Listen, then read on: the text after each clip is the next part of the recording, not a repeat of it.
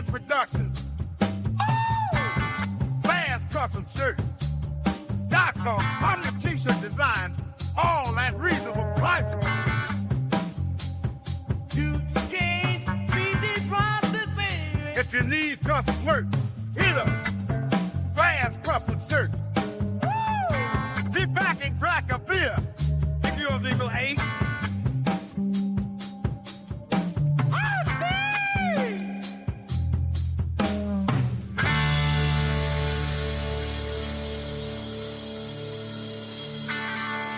Now is the time. Boy, Gob is here.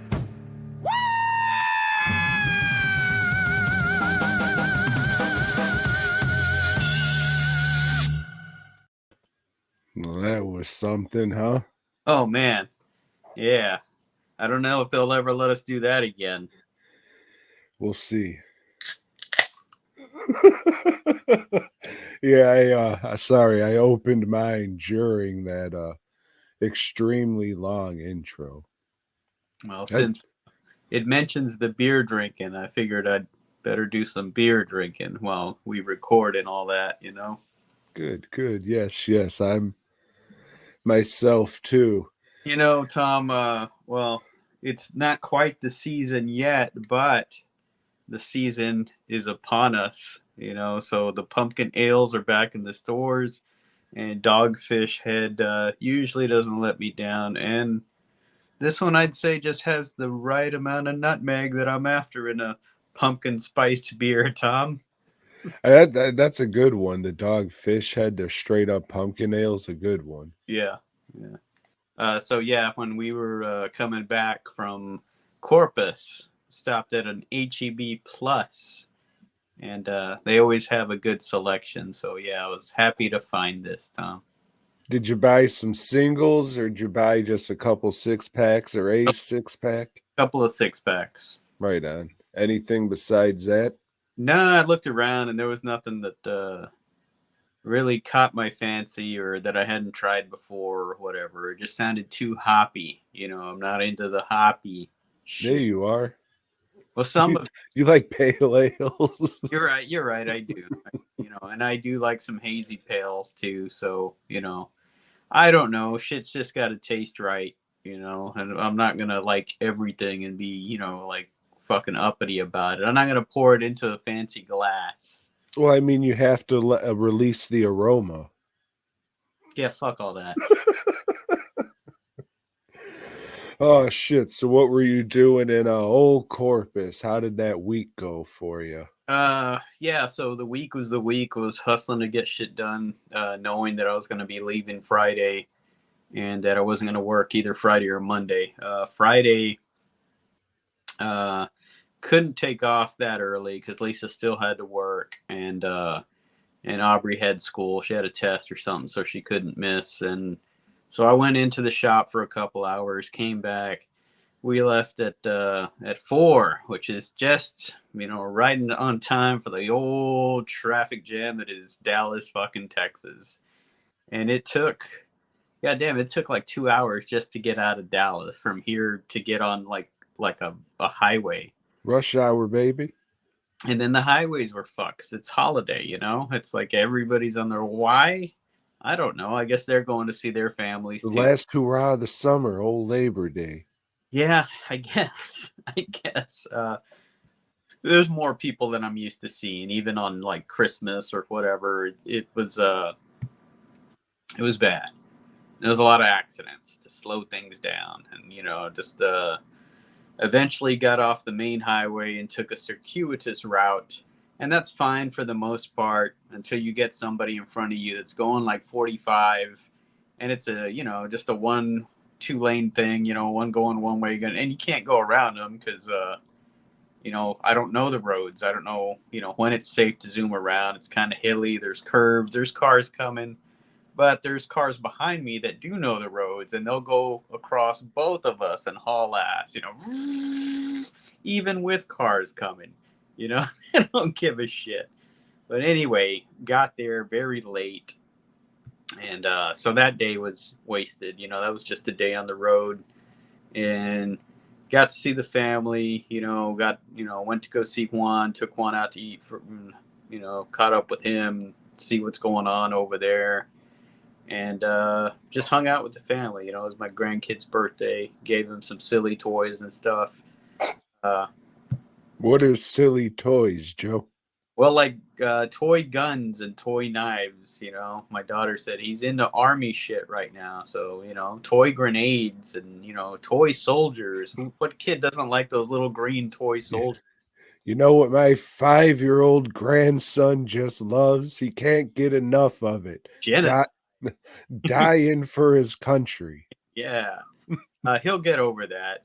But yeah, and then I had some little toy soldier monsters that the army could fight against or lose against, because we're the monsters, Tom. We're the monsters.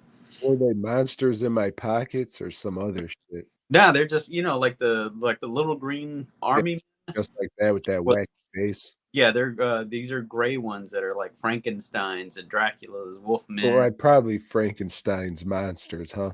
Yes. No, because he's Frankenstein's son technically, so he the name as well. I see.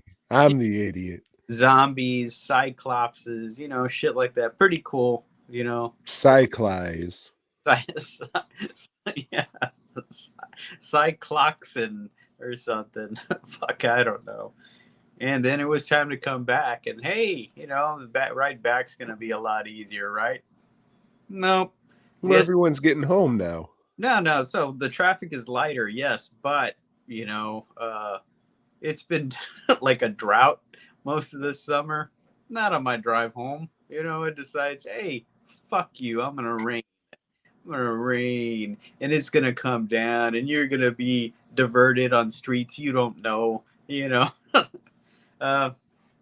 It was what it was. We made it back. Glad to have gone. I wish I could get down to see the family more often. But we do what we can, Tom. That's right, Joe. And it's never enough. It's fucking never enough. Yeah. Oh, shit. I had a week. I was going to take the weekend off. I took the one day off, did a little AI music in. If you're on the podcast feed, you already heard the hit song, the remix, if you will, because the original will never be able to be downloaded. But the Long September remix of what the fuck's it called? BOYGOB Boys. That's it. That's the name. With this. Yeah, surprisingly took a lot longer than I thought. If you're on YouTube or the podcast feed, it's both going to have the intro on it. Both that shit took a lot longer than I thought. I was probably, sitting around fucking with this shit for like 6-7 hours for this shit. You'd think it would just be type this in, but no, it generates a lot of bullshit, and you can't go back. Like once you decide, okay, this is what I want, and I want to go on to like the next chorus or the next verse or whatever, like you're kind of stuck with that shit. Otherwise, you got to go back and find that file and start back from there. So it's not as easy as one would think. Luckily, I found a YouTube video that explains shit. So you can go to like something else, like a AI prompt thing, and be like, hey, give me a prompt that will make this fucking music sound how I want, because I'm dumb. And it kind of did. It sounds, it's shitty kind of Counting Crows music, but doesn't really sound exactly like this shit. But it sounds enough like it to where it's kind of recognizable. So, is it okay? But you don't want it to sound exactly, Sure. Yeah. Did you get a good laugh? I did. I thought there were a couple funny lines in there, but I'm going to do a couple more remixes of this shit. there'll be like one in the style of old Dio, and then I'll do a hip hop one and maybe one for Christmas and Halloween. But I'll probably get bored of this shit quick, so the album might just be a bunch of the same songs with the styles and words slightly changed. So if you think of any lyrics that you'd say, hey, Tom, this would be funny, you should slide this in there. Well, the past 2 weeks at the shop have been a bit slow. So if this week is anything like that, I'll have plenty of time to sit around and do stuff, you know? Right. It's just kind of, it's like it's a paid thing that I had to do. And it's like Dave and Buster's. It runs on credits. Oh, And it's like it's not one credit, it's 2 credits for every time you hit, okay, create this, create this. And that's just like each part of the song. hmm. And it creates 2 different ones. So it'll generate 2 at a time and not just one, but they still take 2 credits away. All right. That explains why each time you would send me some, that was 2 different things that were similar. Slightly. Yeah. Yeah, so I mean, there's one fucking when I did that Counting Crow shit, one was a lady. Like it was maybe like a country type lady singing, or I don't know, like a Fiona Apple or some shit. I didn't go forward with that, but I saved like that 30-second thing. So maybe I'll dig that up but it was all right. I had fun fucking off with that for a little bit, but honestly, if you get 2, God forbid 3 more, then that's fucking lucky. I just have to remember that I have it and cancel the subscription so I'm not paying for some shit that I'm using. But I thought the song came out pretty fucking funny for what it was.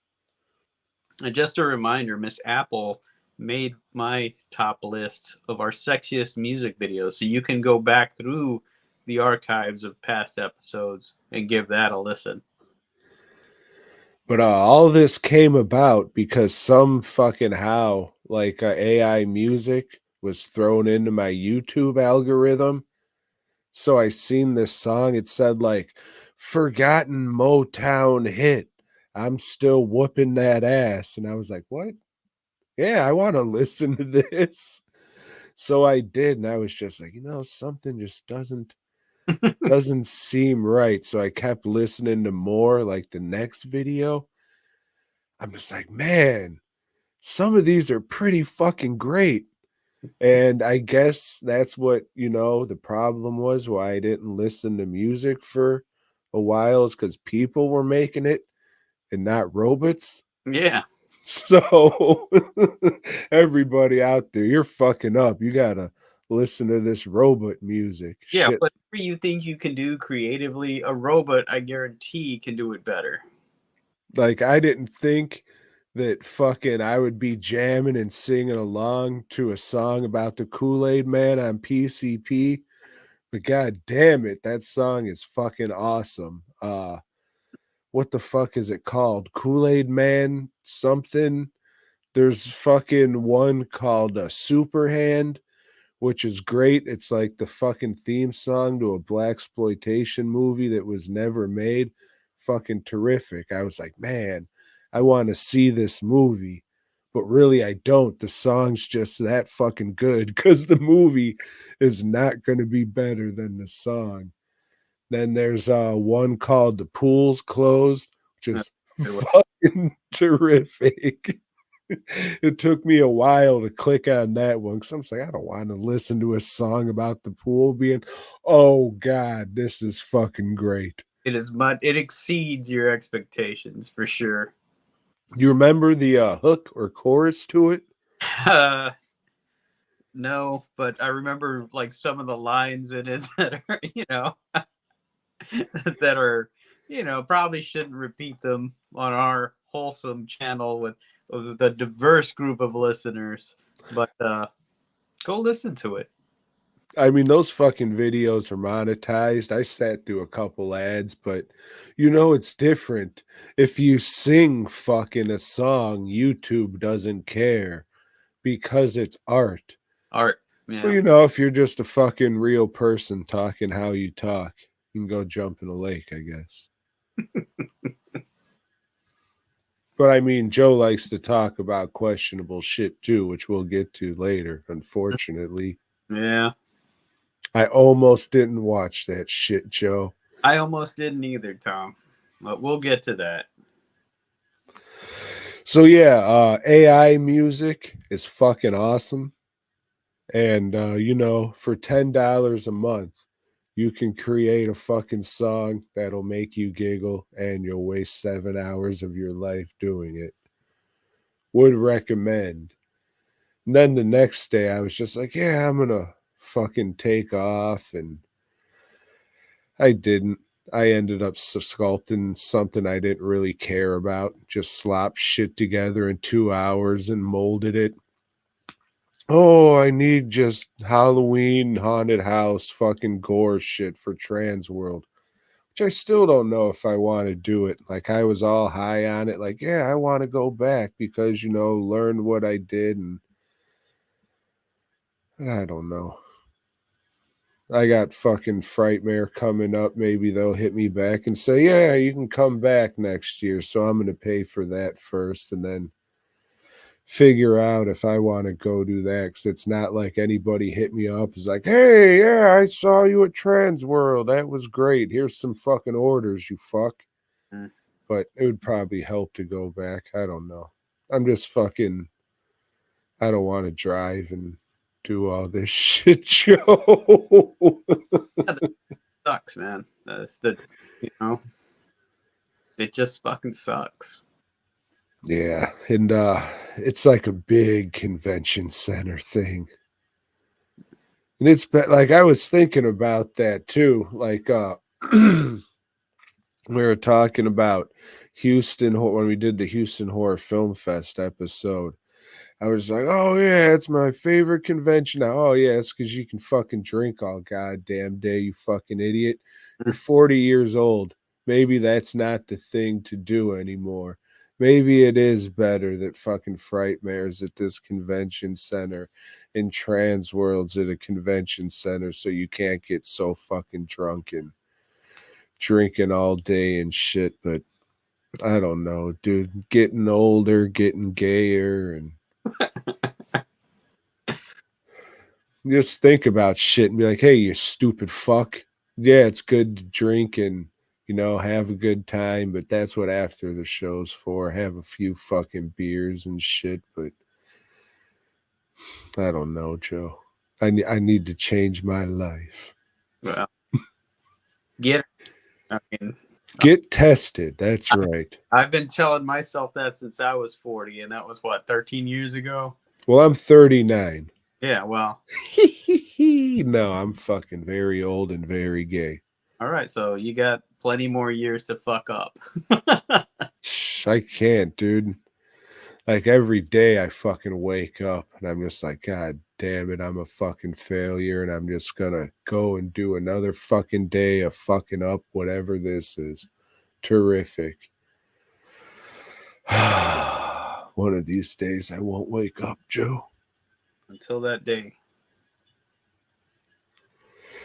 So yeah, I don't know. Bunch of fucking bullshit other than that, but it is what it is. Yeah. Like I say every time that fucking we don't do a show on a Sunday. Oh yeah, I pretty much fucking forgot everything I watched and I don't know, but I have a fucking big list, Joe. So if you don't mind, I want to jump into just a few that I'm not going to talk about a lot. All right, just rattle them off, you know. Give us that synopsis. I watched this movie called Skate Face. It's a documentary and it's spelled SK8. You get it? Whoa. So this is a documentary about skateboard art and, you know, how skateboard art came to be. Oh. Oh. Avril Lavigne. Unfortunately, they do not use that angel's music in the documentary. It starts out, telling you the history of skateboards and, when skateboards started to get art on it. And then they talk to a few artists and, shit like that. I'm sure some of them were big. Like I used to because I growing up in the 90s when skateboards were like huge, they would have skateboard shops all over. So I just like going and just looking at all the decks up on the wall with all the fucking different art and shit. I would mostly gravitate towards like World Industry and Blind shit, which I guess is the same fucking company, but it's all like cartoony, fucking kind of darker shit, but cartoony. And I talked to a couple people from there, but not knowing who these fucking people are or knowing that they did that, it was just like, oh, okay, yeah, I don't know if you're really big in this, but if it was a documentary on comic books, I'd probably know a little bit more. But it was cool to see the people like, oh yeah, I remember that. Yeah, yeah, right on. It's it's pretty good. I remember the music being pretty good, which is weird for me to bring up, but I remember that was pretty good. It was a good solid documentary that I would say watch it more if you're into art and then skateboarding second. But it was all right. And then I watched this movie called Hanky Panky because it's a 2024 movie. And I thought it was going to be about fucking. You would think. Yeah, but it wasn't. It was about a handkerchief that talked. Like you thought this guy was like crazy and he was just projecting the handkerchief talking and people thought he was crazy because he was just like a weirdo fucking guy. But no, it's really an alien handkerchief and it was or chief and it was really or a jerkin and it was really talking. And it turns out there's like an alien killer hat. And it started out okay. Like, yeah, I get it. They're little low budget movies. Some of the acting, it's all right. I get it. But that last act, like one of the ladies starts trying to be funny and she's a lady, so it's just not working out. And it was all pretty good up to that. Like she really, I don't know if it was the direction or they just thought what she was doing was fucking cute, silly shit, but it wasn't. It was a lot of okay. Okay. I found it to be like a more restrained Chris Seaver movie with maybe like $1,000 more thrown at it. Like there was some okay stuff for the most part, I liked it. It was fine. It was okay. Not making a list. But at the end, man, what they decided to do this shit where it just fucking wasn't funny. And it was not even like, oh, I'm laughing because this sucks. I was just like, you dropped the ball, dogs. You dropped the ball. And then, the end fight, it's just a fucking hat tied to a string and a jerkin tied to a string. And that's fine and good, but that all just you almost had it. You almost had a okay little weird movie, but better luck next time. And then I watched another 2024 movie called A Most Atrocious Thing. And I guess people have been saying, I want to say it was like $5,000, some low number around there that they made this for. And it looks a lot better. Which, maybe in this day and age, that's not a big thing with, the availability of HD cameras and shit now. But they took the time to make it look like a lot more money. it wasn't something just shot over their weekend in a backyard or something. Uh, it was okay.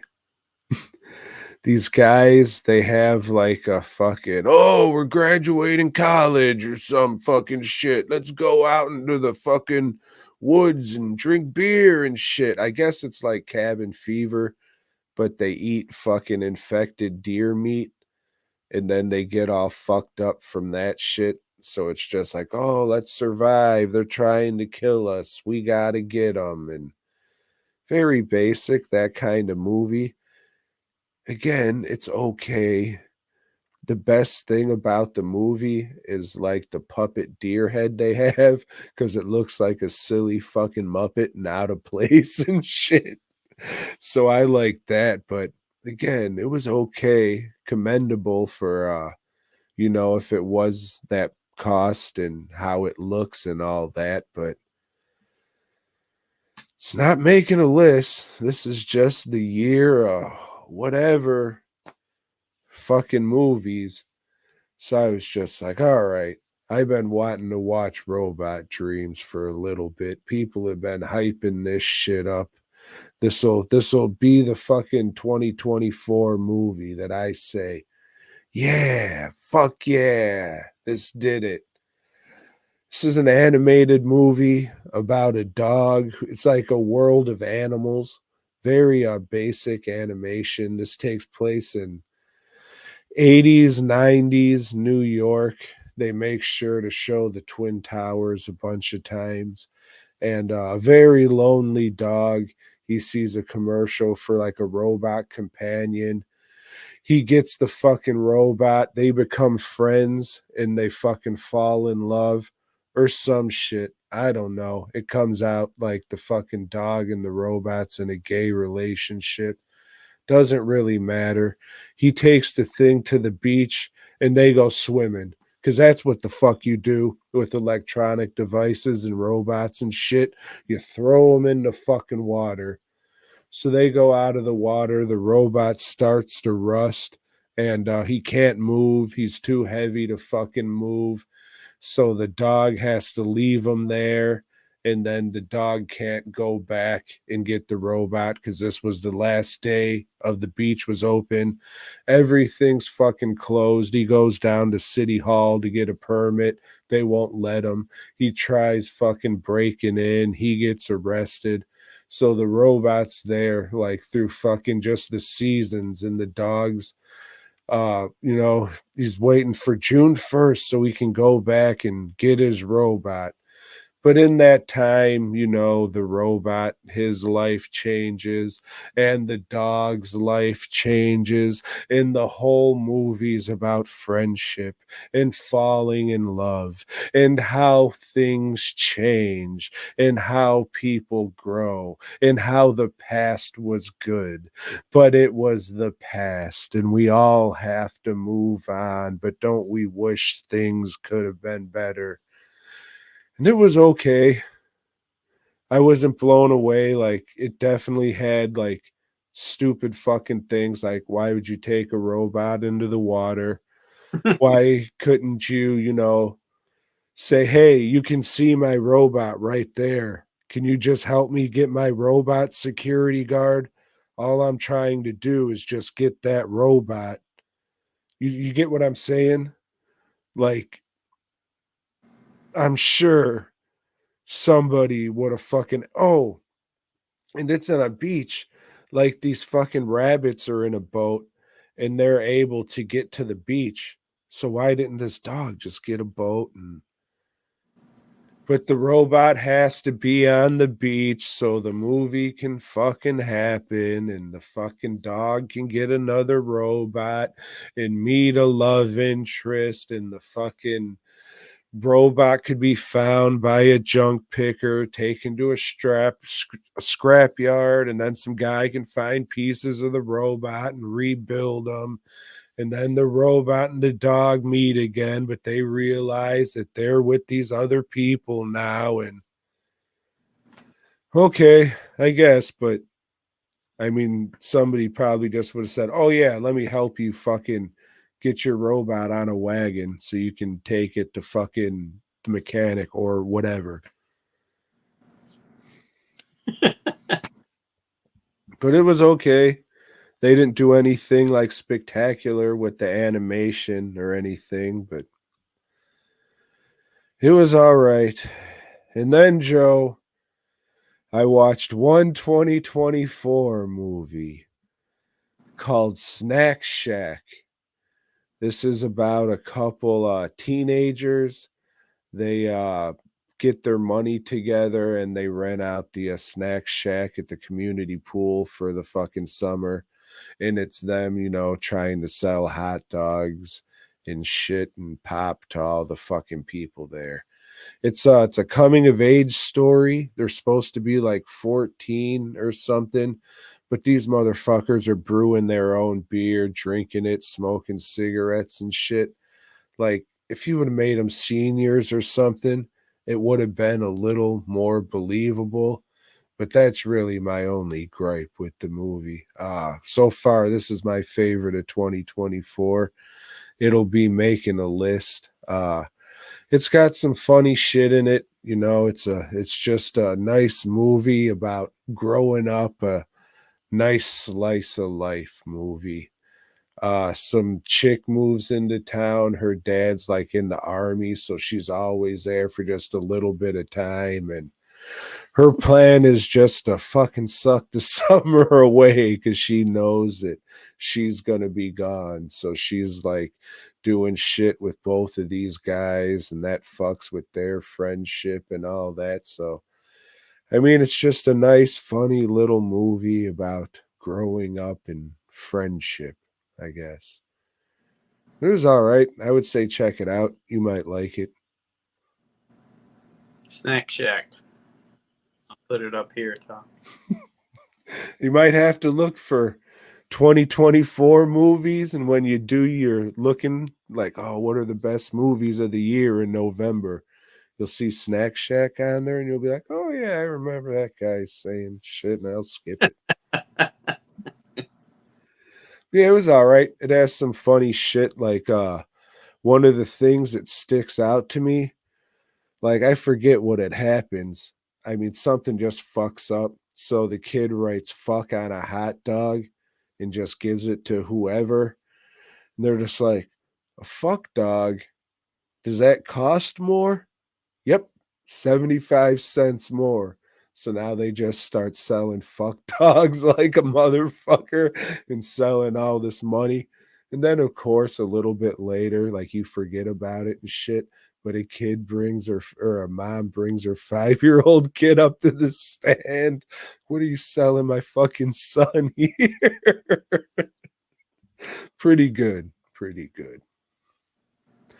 But yeah, that's just all the ramble those things away. And Joe, maybe you should talk about one now.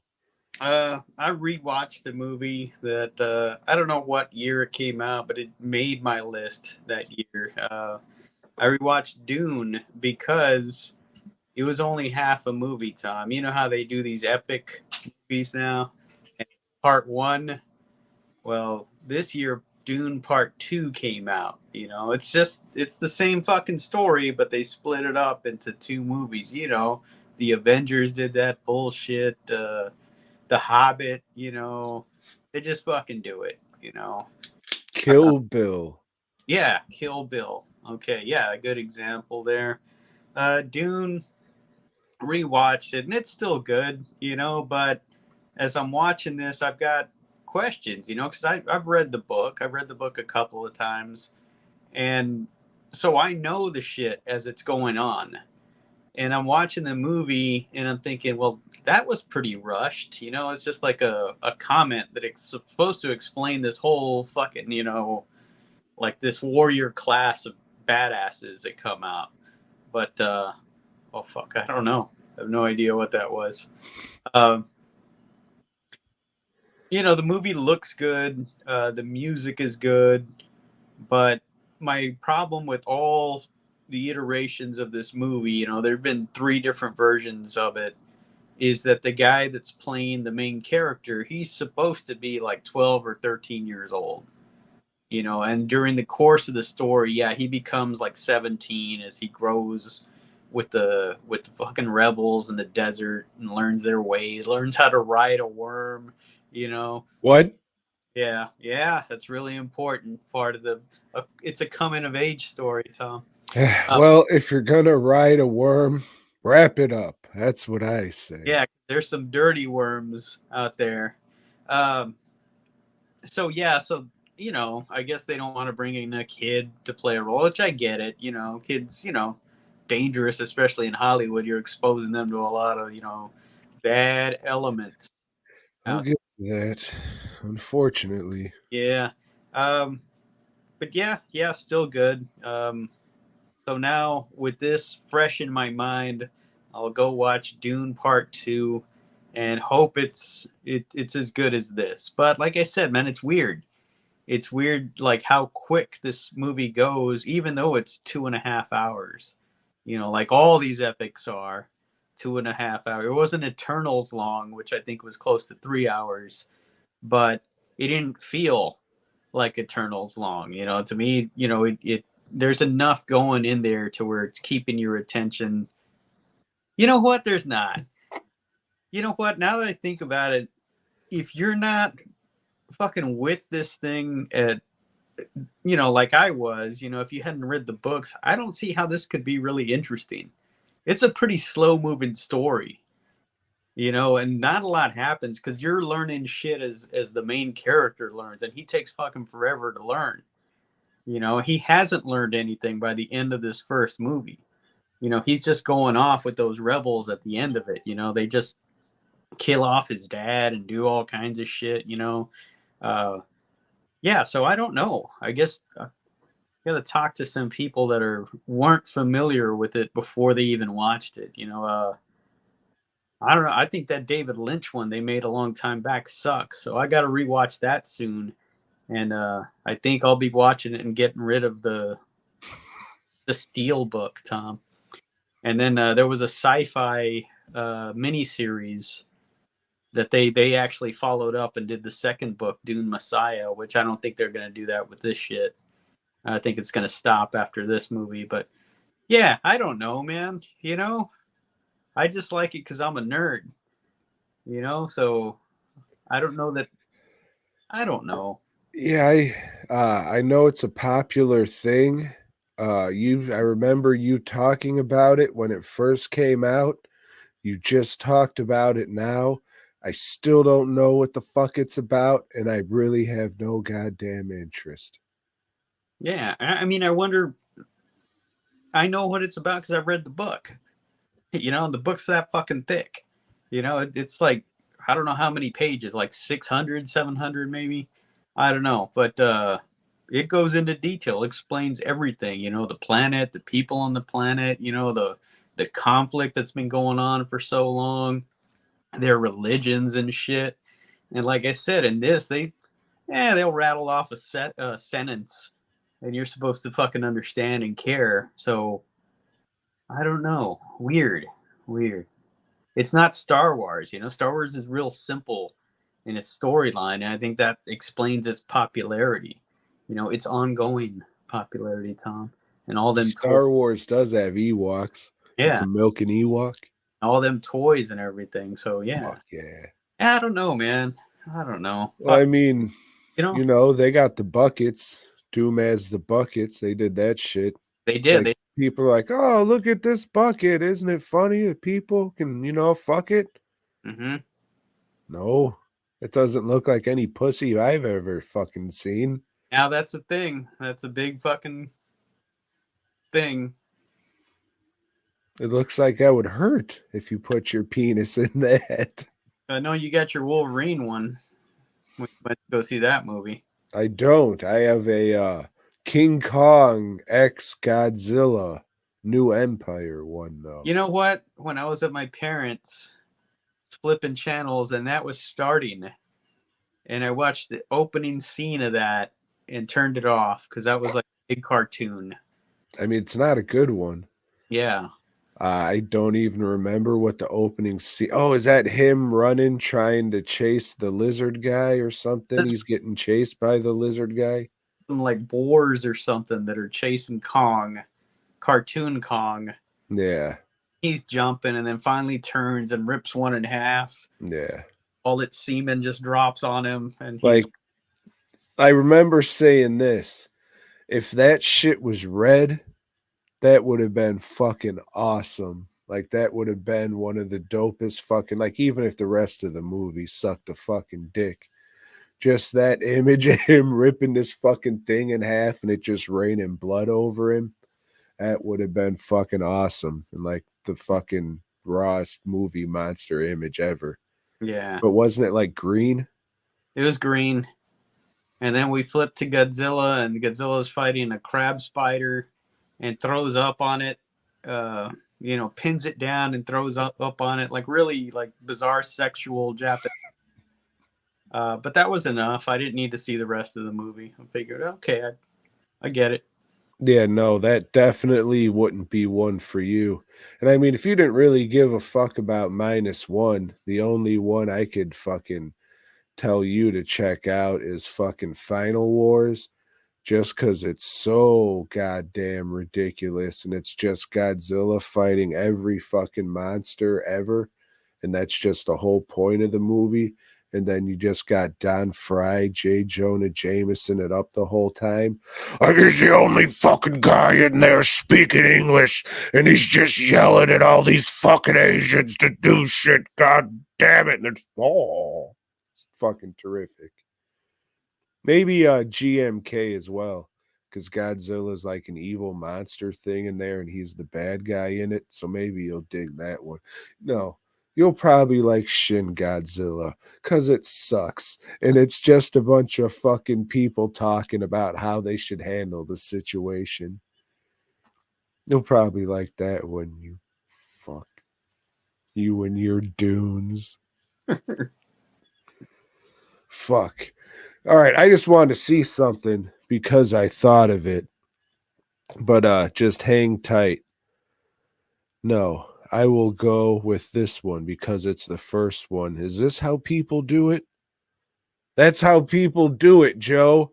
I've always wondered. So No, hello, Mr. Geeky. geeky. So yeah, now if something pops up, know how to do it. You just click on it like everything else. Fuck. So if anything stands out to you, Joe, like this one,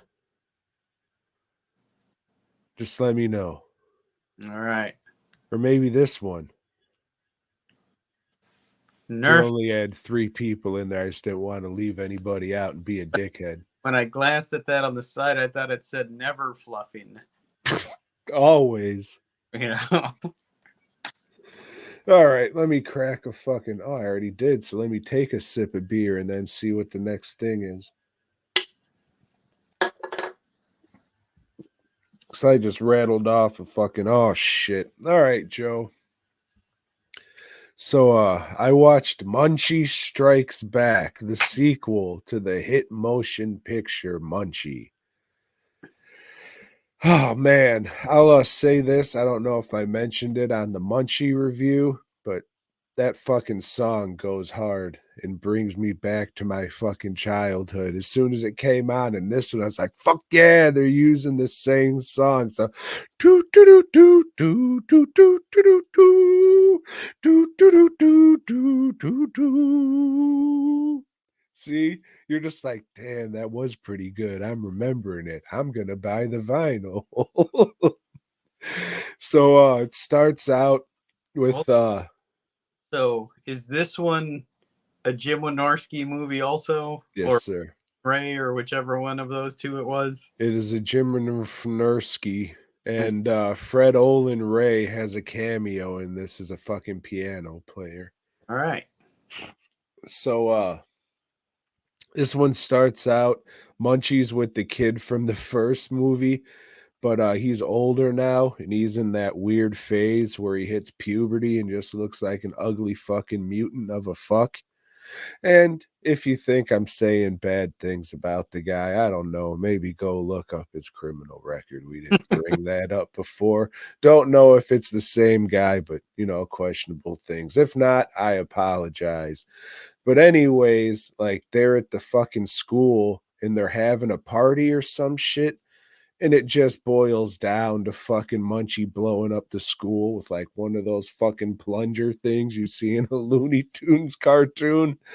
And he gets called up to heaven by Angus Scrim. And he says, "Oh, I'm not the same guy in the last movie, but I'm God or Cronus or some shit in this one. And maybe I'm St. Peter. I can't fucking remember." He says, "Anyways, Munchie, oh, you and your parties, they've gone too far." And then it pans over and there's like fucking Elvis, Marilyn Monroe, Lincoln, fucking Colonel Sanders, and fucking this is like one of the shittiest fucking Elvises ever. Like in a fucking movie, like they didn't even try to make this Elvis. "Hey there, baby. Munchie's a good baby. Let him go down to earth and help another kid out now. Hoo-hoo, peanut butter sandwiches." I So was gonna ask you, hey, let's hear your Elvis talk. yeah, but that wasn't my Elvis. That was their shitty one from the movie. You'll have to pay for my Elvis, Joe. But yeah, they're just like, "All right, Munchie, go help this other fucking kid out." So he helps this other fucking idiot kid out. And what's his name? Fucking bootleg ass Brian Usna, who was the bad guy in the first one. He's back in this one, but he's not playing the same fucking character. He's playing the bad guy, but not the same character. Like the mom works for him. Fucking bootleg Brian Usna's like, "Hey, baby, go out with me. Let me suck your titties and shit." She says, "No." "All right, then you're fired." Hate when And they. so she's fucking fired and she needs money for the house. And the movie just fucking sucks a dick.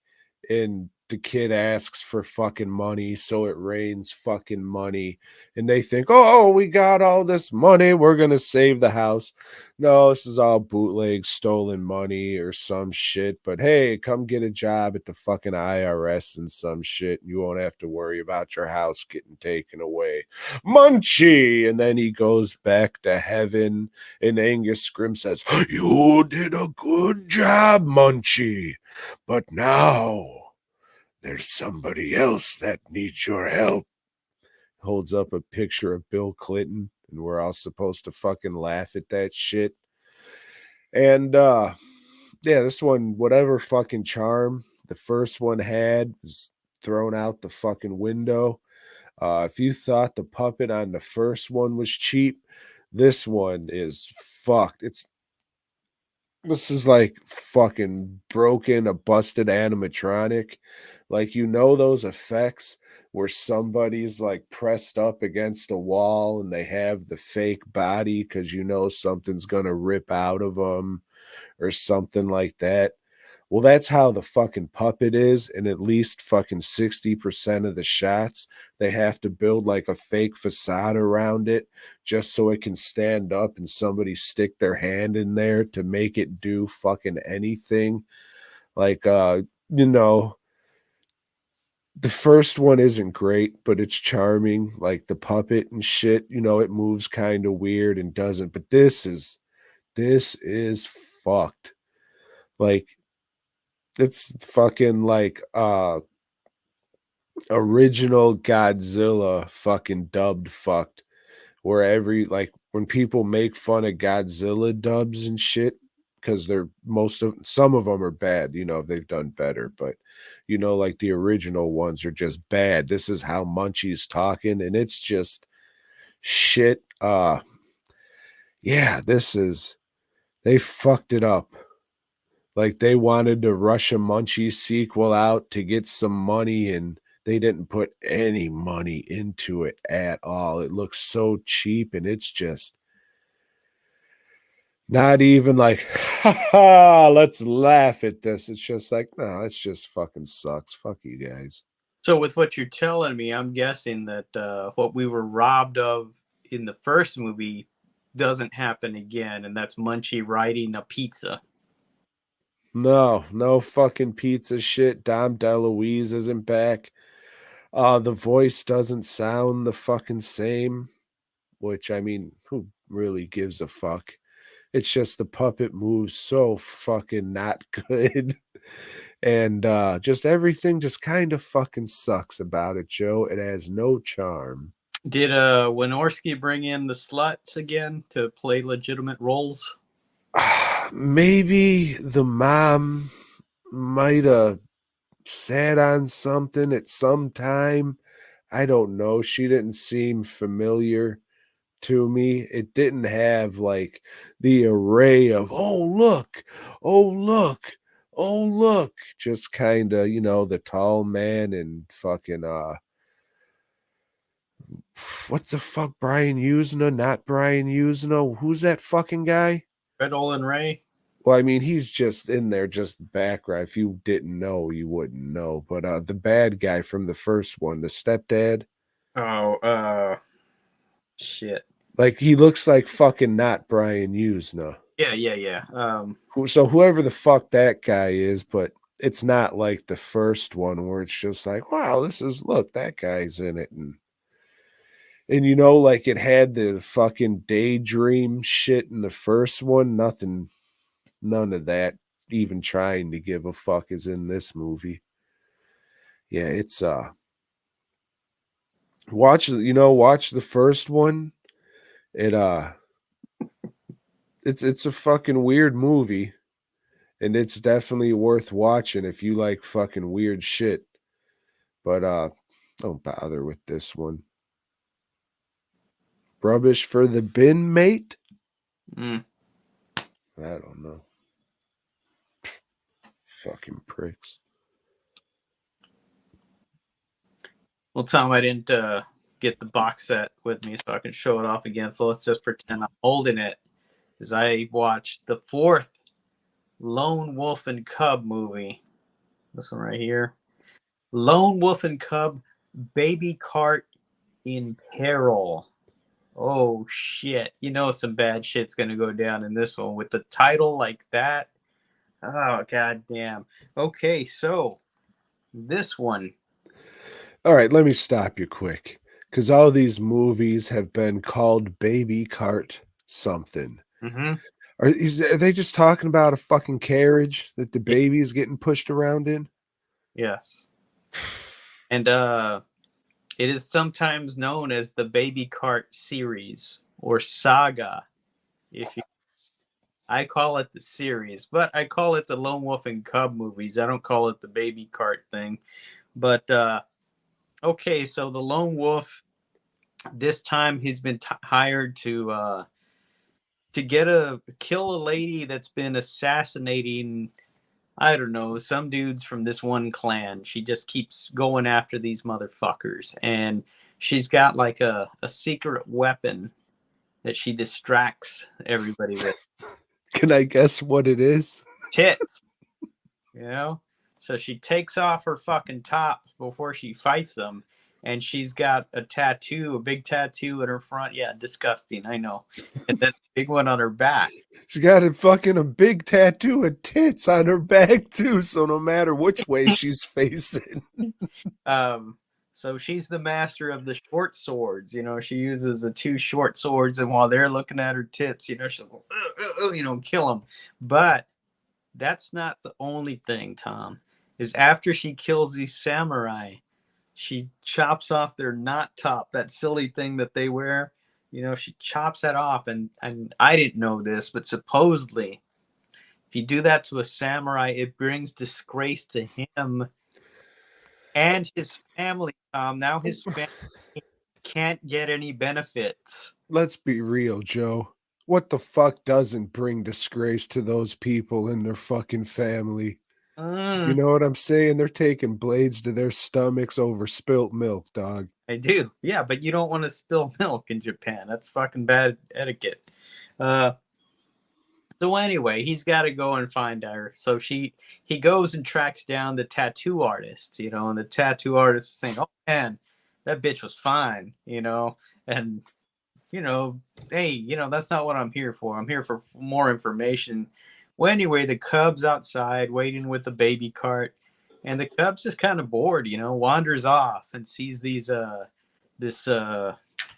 these clowns, I guess you would call them. They're street performers. Maybe doing that up close magic or something. And he likes their show and starts to follow them. And they turn around, hey, get the fuck out of here, kid. And the show's over. Whatever. And he's walking around, and then he sees like those guys that have been after his father for the past 3 movies. Oh shit, I better hide. Meanwhile, old lone wolf comes out. Hey, where the fuck did Cub go? God damn it. I'm pushing around the cart, looking for him and everything, and then sees those guys too. It's like, fuck, man, these guys are out here. I guess I'll go this way. Cub keeps wandering around. He comes to a temple, and there's this guy in there. The guy jumps up with a sword and is about to chop Cub, and he stops right before he kills him, because it's a kid, He's freaking out. Hey, you did not flinch. You got this look of death in your eye, kid. Whatever. Kid wanders off. This guy starts following him, and he sees that there's some dudes lighting their fields on fire so they can regrow them next year, so the soil can be good. Fucking dumbass Cubs are wandering right into that. And so the guy's like looking at him thinking, I wonder what this kid will do. He's got this look of death in his eye. So it doesn't help him or anything. But Cub like digs a hole, puts some shit over him. Wow, this kid, you know what? This must be the fucking Cub. And he's about to kill him. But then old Lone Wolf shows up. And it turns out these two dudes got history, Tom. They were both supposed to be the Shogun executioner, and they were having a duel to see who would take the role to take that position. And this guy beat the fucking Lone Wolf. But did he? No. Because the Lone Wolf jumped in front of the Shogun because this guy had accidentally pointed his sword at the Shogun. You can't do that shit. That's a punishable offense, punishable by death. This guy goes back to his clan. He's fucking disgraced. Of course he is. Why wouldn't he be? Lone Wolf is made the Shogun executioner.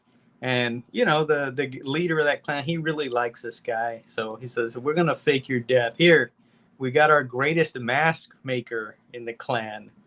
This guy makes a mask. So look just like that dude. Did they get like some wino they just found in a graveyard?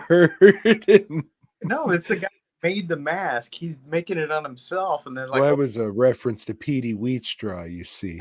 Yeah. Okay, now kill yourself. Huh? Okay, and he does the whole seppuku. They chop his head off. They set him on fire. He's unrecognizable. And they told this guy, hey, go disappear. And he's wanted his fucking revenge against that fucking Lone Wolf ever since. So it's like, all right, we're going. I beat you once. Hey, Lone Wolf just chops his arm off real quick. Hey, dude, get out of here. I'm not going to kill a dead man, and leaves him in disgrace. He finds out that this chick likes to hang out at a hot spring before she goes and kills some people. So she's sitting there in the hot spring. Lone Wolf and this other one are there. He talks to her a little, and some guys show up to kill her. And it's the main guy that she's been wanting to kill this whole time. Turns out it was the guy that taught her those little short swords things, Tom. And the thing with this guy is he sets his sword on fire and starts to hypnotize bitches. And he had done that, hypnotized her and raped her, Tom. And ever since then, she's gone. I just want to say that's not cool. And people out there, don't fucking use hypnosis for evil ways. It's a time-honored art, and you can't bring shame upon it. Don't disgrace the great magic known as hypnosis. So he does that whole fire thing again. Hey, you know, I raped you once. Wait till you see what's going to happen to you this time. She whips off her top. Now he's hypnotized, Tom. So she kills him. And, well, that's all good and all. But Lone Wolf, he's still got a contract to fulfill. He kills her, you know, goes back. Turns out that Yagyu clan that's been after him the whole time, they're waiting for him. They're all fucking surrounded. And, they start fucking him up, Tom. Like this, they got this whole army. He's fought armies in the past. You know, he's got those machine guns inside the baby cart. But nah, they get it, man. They start fucking stabbing him. It kind of felt like, remember when old Gamera was getting fucking chopped up or fucking beaten down by that other monster that kept stabbing him. They're doing this to old Lone Wolf. You know, he finally beats enough of them to where some of them retreat, but he's got a sword stuck in his back. Hey, but that's what you got a cub for, right? Tells the cub, hey, come fucking pull this knife out of my back. He's a little kid, you know, finally gets it out. He's pushing the cart at the end, you know, stumbling around, just fucking going off into the sunset. Over on a mountain, you see the guy with one arm. I'll get you, Lone Wolf.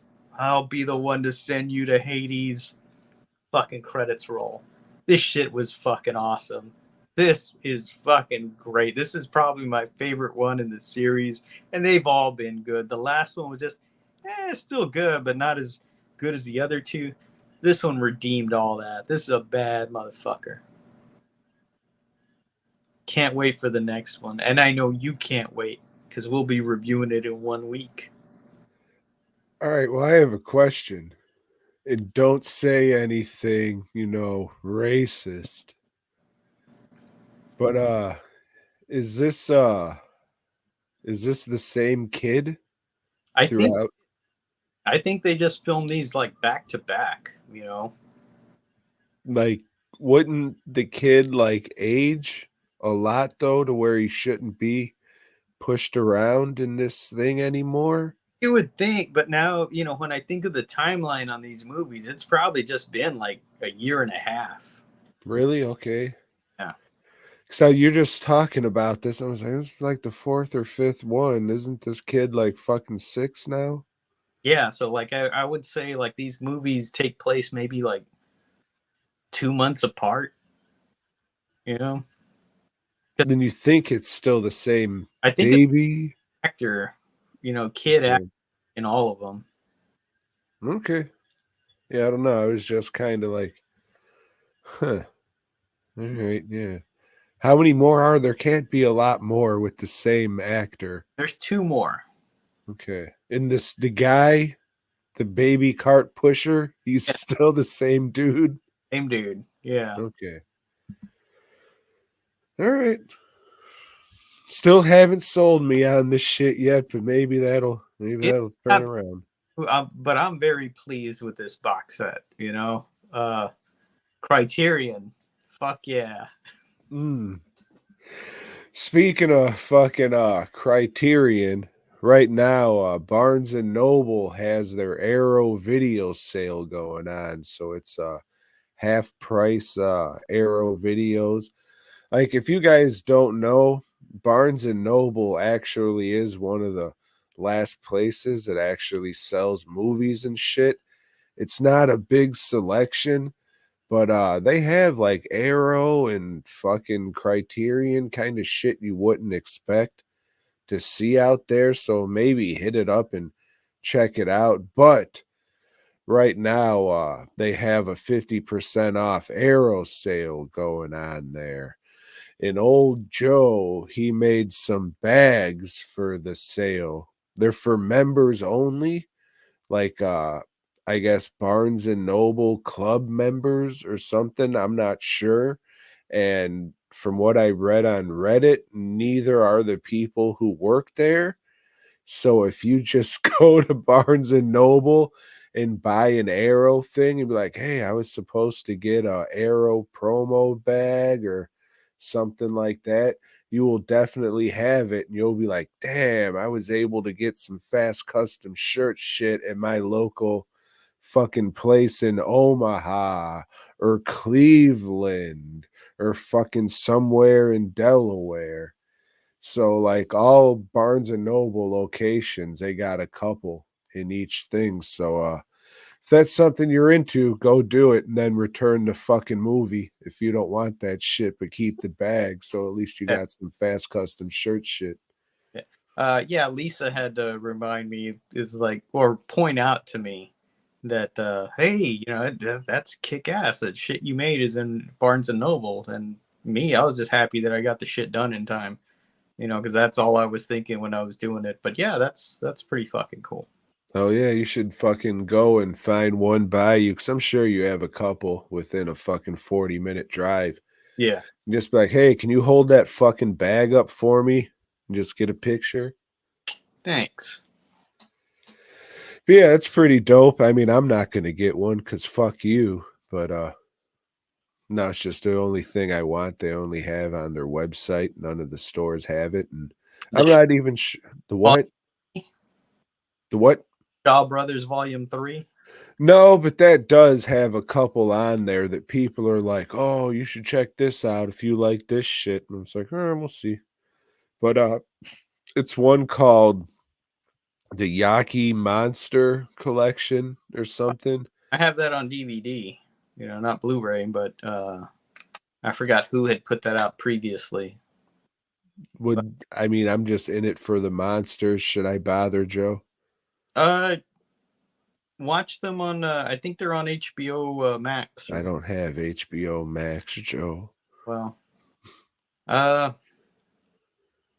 no, if you just want to watch them, I'll let you use my set. I'm not going to use anything from you, Joe. Hey, said hi to McRib. Is that what you're calling it, McRib? Why? It's a good name. All right. So, how tall is that thing, Joe? I don't know. Pretty tall. Like this tall. So it's about 3 feet. You midget fuck. Oh yeah, so that dog's about a good 1.5 feet. It's because you're short, you see. Oh wait, hold on. We got somebody new. Give it a second. Oh, look at that. Just so he's not left out. All right, let's see what I got here. Oh shit, I'll save that. How many more do you have, Joe? 1. And that's the football one? Yay, nay? Yeah. Okay. So I got one more that's something different. But Joe, let me ask you this there, you dickhead. Like comic books? I've been known to read a comic book. Hell yeah. You like Dark Horse comic books? Sometimes. Fuck yeah. You like the gay 90s? No, not really. Oh, shit. All right. I got one more question then. It's going to kind of be make or break. You a Jim Carrey fan there, Joe?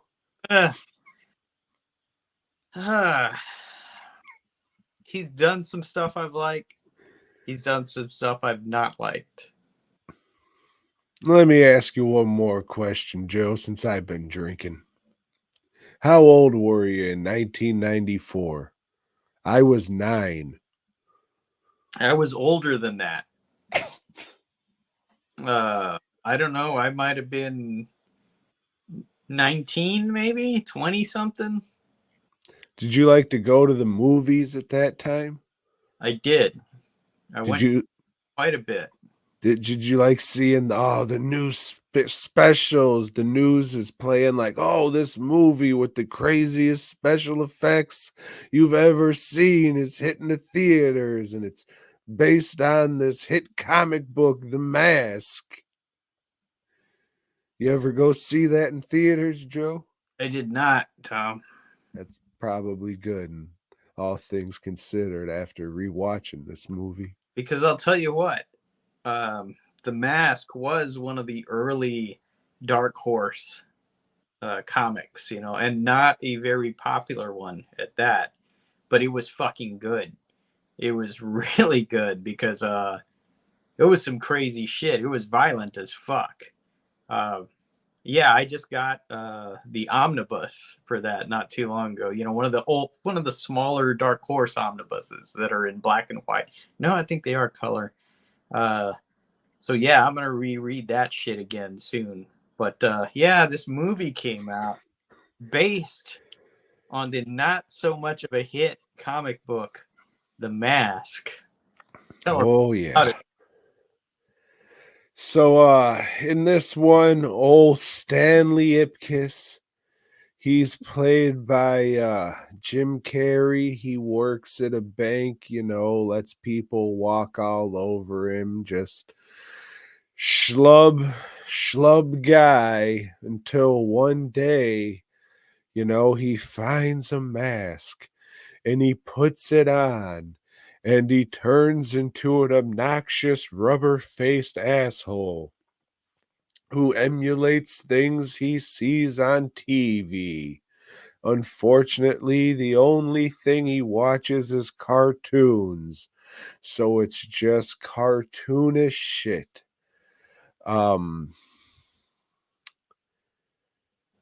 Yeah, this is very of its time, Joe. You know, I say that on a lot with a lot of movies. That's because a lot of movies are of their time. We'll get to that for sure. The big thing about this movie was you know, the special effects. Oh, they're amazing. And I remember being 9 thinking they were amazing, but they don't hold up. You know, some of the stuff in Jurassic Park still holds up. Nothing in this movie holds up. Uh Jim Carrey is funny man, make you laugh, jump in a lake. No, dog. No. Um, you know, it's not the comic, and that's fine because most things aren't the comic. But even if they made a truer version to the comic, I don't want to say Deadpool before Deadpool, but kind of what it is, just amped up more with the Looney Tunes style shit. It probably would have looked, what am I trying to say? It probably would have looked better nowadays. It wouldn't be thought of as something like, oh, yeah, that relic of a fuck. It might have been more unique because it was different. I'm fucking dumb, so I can't think of the right words to say. But instead of it being this stupid fucking Jim Carrey movie that doesn't really hold up, and the only reason you would watch it is for like a nostalgia or a novelty thing, um, I think it would have held up as like a weird movie if they would have stayed more true to the comic book. Like it would have been this weird thing. Garbage Pail Kids keeps coming to mind, but Garbage Pail Kids, the movie, is real suck dick shit. Tank Girl's coming to mind too. Like Tank Girl sucks a fucking dick. But you remember that shit as being like, this was a weird fucking can only do that in the 90s movie, which I guess the version of the mask that they made was. But yeah, it just didn't do anything. And then they got this fucking guy who like kinda looks like Robert Davi and he's trying to play a Robert Davi character. And it's just like, motherfucker, why don't you just save some money and hire Robert Davi? Like, What's stopping you from doing that shit? Cameron Diaz, I guess this was her first movie. Is in the comments there. No, they hit it with marked. Okay. Yeah. Oh, hold on. He didn't get it yet. And yeah, this was her first movie, and like I thought she was fucking beautiful in it, you know, but it's the 90s, and what I thought was beautiful then is not what I think is beautiful now. I continued to think she was beautiful, like in Charlie's Angels, some other shit she did of that time. She's really fucking skinny now. That's when I look at her now, that's what I think, you know. But when I saw her in the movie, I thought strong jaw, powerful looking lady. I didn't think, oh yeah, this hot lady. I mean, she's pretty, I guess, but just didn't really do it. But yeah, it's just to me, the star of the movie, the best thing of the movie is the Jack Russell Terrier that's in it. Great performance from this dog. Again, when they do that, the mask shit with the dog, that looks stupid too. But the whole time I'm watching this, I just feel for the dog because he's locked in this fucking studio apartment. Just wants to play fucking frisbee. It can't. It lives in New York in this studio apartment, doesn't get any exercise. This dickhead's just out fucking around all day, and then he puts the mask on and fucks around all night. Doesn't give a fuck about the dog at all. So I mean, the whole movie, I was just thinking this, man, I feel bad for this dog. Fuck this Stanley Ipkiss guy. He shouldn't have this fucking dog. And the dog loves him. It follows him to fucking jail. It follows him everywhere. I don't know why. It would be just like, thanks. This guy's gone and I got out. I'm going to find someone who gives a fuck. This idiot seems like one of those fucking, I was going to say cocksuckers, but I won't. Seems like one of those people who should probably have a cat, not a dog. yeah, But you know what got me about this movie is, yes, I noticed it because I'm fucked in the head. You see the dog's penis often, and there's a shot where the dog pisses on a guy, and they fucking made the fucking piss come out of the dog's penis hole. Like you see a front shot of the dog lifting his leg. You see the dog's cock, and the CGI piss stream was placed right on the dog's penis hole. I was actually kind of fucking shocked, Joe, because there is no way in fucking hell that would ever happen. Not maybe in a rated R movie, but not in a PG-13 big summer blockbuster movie. Look at this fucking dog dick fucking 50 yards wide with a fucking digital piss stream coming out of that shit.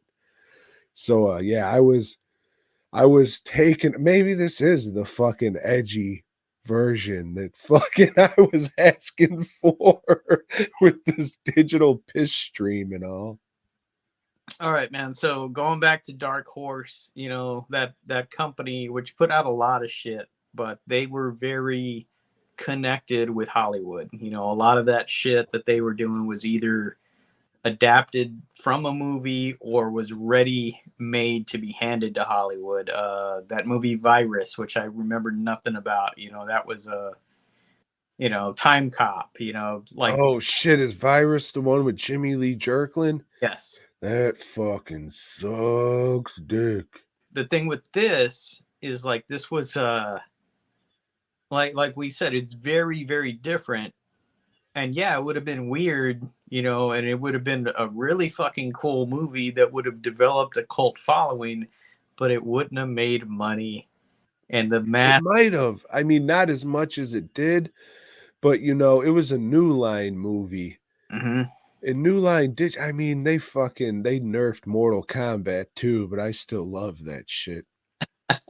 So I mean, this made a shitload of money, man. This It had a toy line. It had a fucking The spin-off animated series, Dune, yeah. And then eventually the comic books. they had a sequel. Yes, they made comic books that were more in line. No, they didn't. They made the fucking comic. They continued. So people that may have come, and this rarely happens, from the movie to the comic, man, were they in for a fucking shock? A static shock Yeah. because of comic books, you see. Yes. Or a shocker. Thanks, Roop. That's what it was called, and that was with Jamie Kennedy. Because Son of the Mask. yes, yeah. Which I never watched that one. Why would you? Jamie Kennedy's in it. I'll tell you this. You know, this mask, as stupid as it was, my mom loved it. She thought it was the funniest shit. You know, him going around in a stupid zoot suit. Yeah, dude. Fuck, remember that in the 90s? They were trying to bring back fucking Zoot Suit Riot.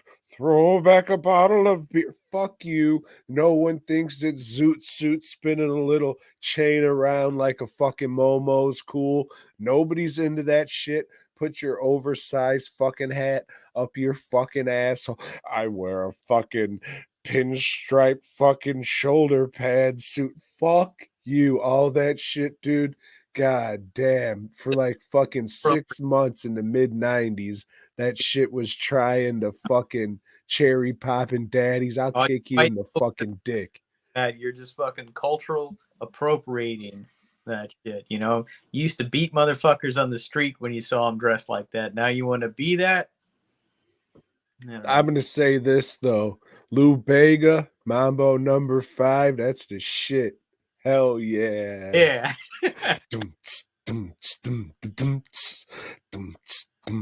Damn, Boy Got Boys fucking Lou Bega remix. It's coming, motherfuckers. Oh, God damn. Shit, yeah. A little bit of Hauser in my life. A little bit of Claude in my life. That he'll punch your fucking ball. Terrific. Something about Tom being great lyrics, yeah. I am a song or a lyricist, I'm gonna say. No, fuck that. I'm a poet. You fuck. But yeah, the mask, go jump in a fucking lake. I mean, watch it if you want to fucking have some nostalgia and be like, oh yeah, we were fucking all dumb for thinking this was funny. We didn't know any better. We just didn't know. It's all we had. The special effects were amazing. Fucking assholes. Oh shit. So yeah, we got a little unexpected double feature going on there. Joe,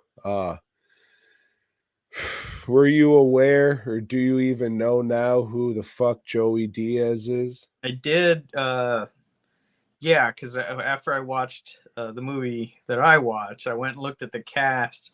I was like, oh, that's who Tom is talking about. Okay.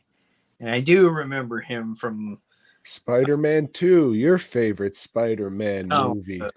The Poopin' Bandit, or whatever the fuck he was in that fine series of films. The Dog Who Saved series. So, you know, we're a couple days late, but I was like, oh shit, it's the end of summer. I got to finish up this fucking franchise with The Dog Who Saved Summer. It's the last one I have, and ironically, it's the last one they made. Rest in empowerment, Zeus the dog. Oh shit. So yeah, this one, the Bannisters are back for the last time. And you know, it's called The Dog That Saves Summer, but like in most of these movies, Zeus the dog, he doesn't save shit. The fucking mom, she's like a party planner or something. Zeus chases fucking something. Something happens where it wasn't the dog's fault. And we have to take Zeus to obedience school. It's a fucking cop dog. Like Zeus used to be a cop dog. You had all these other movies to where you're just like, oh yeah, Zeus is a great dog and he's fucking magic and shit. Does all this fucking great shit, bringing fucking Israel and Palestine together. He's a fucking magic dog that does it all. Nope, fuck him. He's going to obedience school. So the guy at this obedience school is like a real dickhead. He's supposed to be a name. He's like, I'm fucking tough army guy, but I'm really here training dogs. And then the whole time, James Hong is like the janitor of this dog school in the background. He's just mopping up, licking his lips and shit. Just fucking, because you know why. Anyways, fucking, there's a jewelry store across the way because I guess this dog thing's in a strip mall. And there's a diamond in there. Fucking Dean Cain, the fucking other guy who was showed up in the Easter one, maybe. All these kind of jumbled together. Spoiler alert, just cut to everything. Just watch the Halloween one if you're interested in any of this. That one's actually kind of okay. Not the best, but I mean, if you want like a family-friendly dog Halloween movie with Joey Diaz as fucking Stewie the farting bandit, terrific. Go watch fucking The House on Halloween Hill. What the fuck? The Dog Who Saved Halloween. But this one, there's a fucking like they're housing this fucking $28 million fucking diamond in this fucking goddamn jewelry store in a strip mall. So they fucking case the shit out. Joey Diaz shows there as like a big fat woman. He's cross-dressing. Of course, the guy who runs the place is trying to fuck him and shit. Oh, you're so beautiful. And so, I mean, that's his funny thing for this. They always have him in like funny situations and costumes. I think the Easter one we did last, he was fucking dressed up like some dickhead in a pompadour and glasses, like he was fucking that dildo who introduces Guar or whatever the fuck. Yeah, this has nothing to do with summer. Did I bring up anything that would make you think, oh, yeah, this is a summertime fucking Dog Who Saves Summer? No. James Hong wants to eat these fucking dogs. Why else would he fucking work there? Joey Diaz is fucking dressing like a chick and fucking dickhead army guys doing the dog shit. Of course, Zeus passes it. The fucking robbers get arrested. Joey Diaz farts a couple times because, of course, he's Stewie, the farting robber. And that's it. We go out on one of the worst movies in the fucking series. I don't even remember him catching a fucking frisbee or just doing anything remotely summer. The sun's out. It must be the summer movie. Terrific. Watch the Halloween one. Sorry. Questions though on this. Joey Diaz dressed as a woman. Were you tricked? No, not passable. Okay. Mario Lopez is back as the voice. Yes, he is the voice of Zeus in this one. You know, Joey Lawrence and him switch off to whoever's available. And in this one, they show a fucking like whatever show Mario Lopez is on, like whatever fucking those people entertainment news show. And then the dog's like, oh, he's really handsome or something fucking stupid. I can imagine Joey Lawrence and Mario Lopez having like a bidding war to do this shit, but it's like a reverse bidding war, like who will offer the least, you know? I'll do it for fucking $3 an actual can of dog food. $2.99 and cat food. Yeah, cat. But yeah, I mean, fucking, I'm a dickhead for watching this shit. The only reason I did is because fucking Joey Diaz is in the shit, and it's like these family-friendly dog movies, so it's just like, dog, I gotta check this fucking shit out for a laugh. And I mean, it is funny seeing him in this shit, but yeah, I mean, watch the Halloween one if you're interested.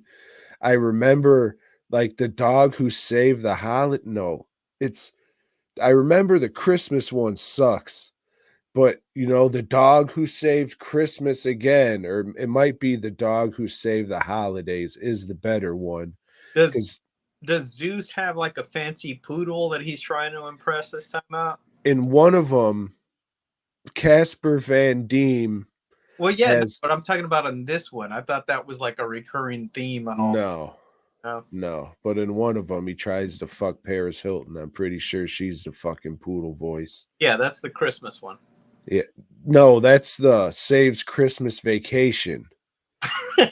There's That's right. Dog Who Saves Christmas, Dog Who Saves Christmas Vacation, and the dog that saves the holidays.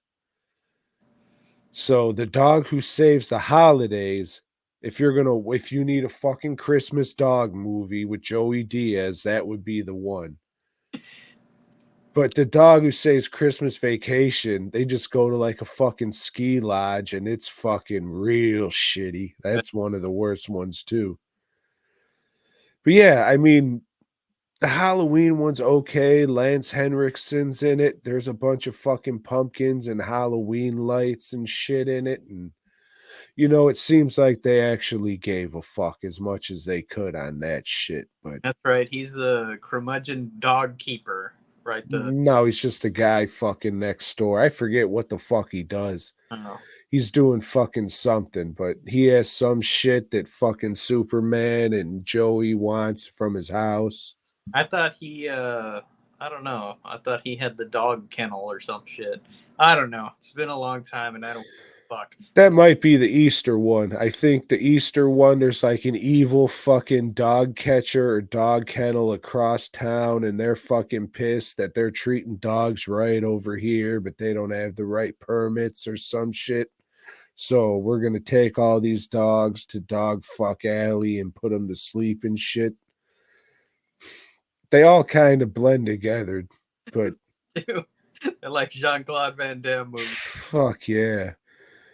But before we go into the second film in this unintentional Joey Diaz double feature, why should I give a fuck about this guy? Who is he? You seem to know who he is. I have no idea.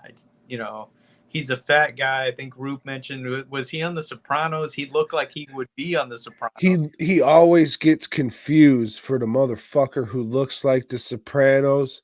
I haven't watched the shit because I find it highly offensive. Because in the movie I'm going to talk about, I thought it was the guy from The Sopranos. What's his name? Fucking Big Pussy or some shit? Yeah, it ain't fucking him. I think they had him on The Sopranos, like as a fucking one-off or something, but it ain't fucking who you're thinking of. Okay, so who is this guy? Why are you such a big fan? All right, he's a comedian. I didn't know him as a comedian at first. I knew him from his podcast, The Church of What's Happening Now. And this is fucking, I don't know, dude, years ago, maybe like fucking 10 years ago. It's one of the first podcasts I started listening to. It was Legion of Skanks was first, and that was way back. Like, they've grown like a motherfucker. Like, I was listening to them when they were recording at a kitchen table. That's not that we're talking about Joey Diaz. So he had this shit, The Church of What's Happening Now. And it was just him and his buddy Lee Syatt just getting fucking ripped and fucked up and just talking fucking bullshit, just making each other fucking laugh and that kind of shit. Just saying whatever the fuck he wants. He doesn't give a fuck. So I'm just like, yeah, I dig this shit. All right. And so now I've just been listening to his podcast for fucking years and years and years. Like, it's changed throughout the years, but kind of stayed the same. I guess he was a fucking guy who was on Joe Rogan and blew up from there. Like, I tried listening to Joe Rogan a couple times when he first started in the Opie and Anthony days. Just not really for me. To each their own.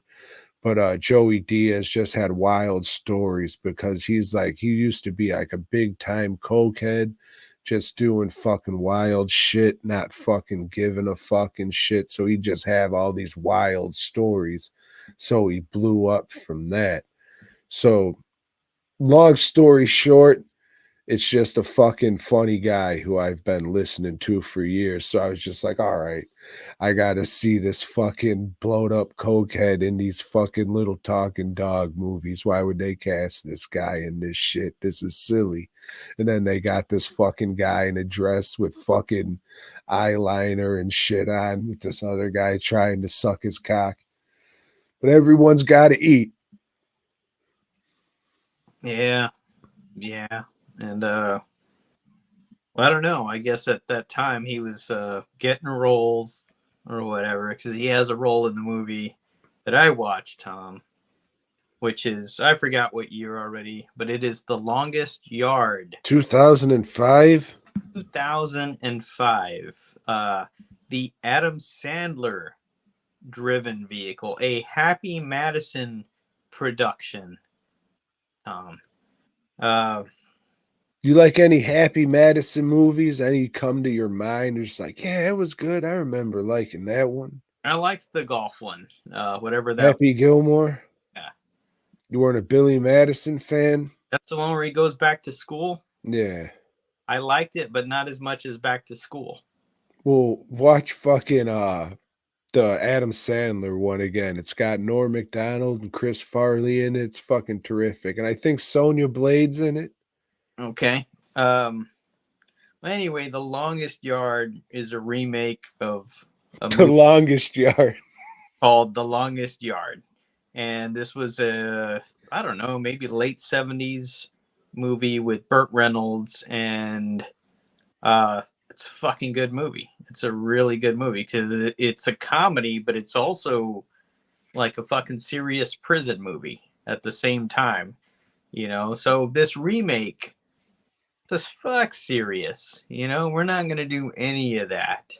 You know, this movie is about Adam Sandler. He's a washed up NFL player that was kicked out of the game for shaving points on a game. You know, he was intentionally losing a game, and I guess he was brought up on charges. He's on probation. I don't know. He's been living off of his hot girlfriend, Courtney Cox, at the beginning. And I don't know if this was CGI or what, but Courtney Cox has like amazing looking tits at the beginning. You know, she's just walking around in this dress, bouncing around. It's like, those aren't hers. You know, I didn't really watch Friends, but like, wow. Like, she's very hypnotic, you know, like she could be in an Andy Sedaris film or something. But anyway, he's sick of her because, you know, he hates tits or something, and decides to take her Bentley or some fancy car and drive through the city drunk and lead the cops on a big chase. Anyway, you know, that never ends well. He gets arrested, Tom, and sentenced to prison. You know, even though he lives in LA, they ship him off to a Texas prison in the middle of one of our Texas deserts. Turns out, Tom, that this prison has a football team. The guards have a football team. Who do they play against? I don't know. They never say. But the warden, he's going to run for governor. It's like the Army-Navy game. Once a year, they'll have a little. Yes, it's very important for the warden to win this fucking next game. And brought this guy in here to like help him out. Like, hey, I know you haven't played, but like, what can we do? Well, before we play a game, we'd have a pickup game, you know, just like a game that you could beat the shit out of somebody and boost your confidence. Great idea. You're gonna put a team together of the prisoners and play against the guards. You know, he doesn't want to do it. Blah blah. They beat him up. They throw him in the hole and whatever. He finally says, "I'll do it." And him and Chris Rock, oh, funny man, Chris Rock, Tom. Yeah, he talked like this, Tom. You know, big smile that guy has. And as he's putting the team together, well, the people he wants to recruit, like Nelly. Remember Nelly? You know? Yeah. Before Trump did it, Nelly had a Band-Aid. What do you mean? That motherfucker had it on his ear. But was almost was killed. He was almost assassinated, and the bullet barely grazed him, and he wore that little thing. You didn't know that, but not a lot don't. But it's a little bit of and a little bit of. Um, there's a lot of wrestlers in this movie. There's a lot of NFL and ESPN people. What do you got? I know Goldberg, Great Khali. Yes, Goldberg, Great Khali, Stone Cold Steve Austin, who says some racial things. Like what? Well, instead of saying as I would, my brother's in Christ, he says the N-word. No, he doesn't. He does, and Tom, it sounds really natural coming out. I don't believe it. It sounds like he says that all the time. In fact, I think that line was probably ad-libbed by him. But I don't believe it. Dude. As soon as this is over, all I'm gonna look up is Stone Cold Steve Austin N person. Yeah, brother in Christ. Yeah, and well, I don't want to admit I laughed at that line, but, I did. So they put a team together, and the thing is, the guards, they got their pride too, and maybe they want to win this game, Tom. Maybe they've got the talent to do it.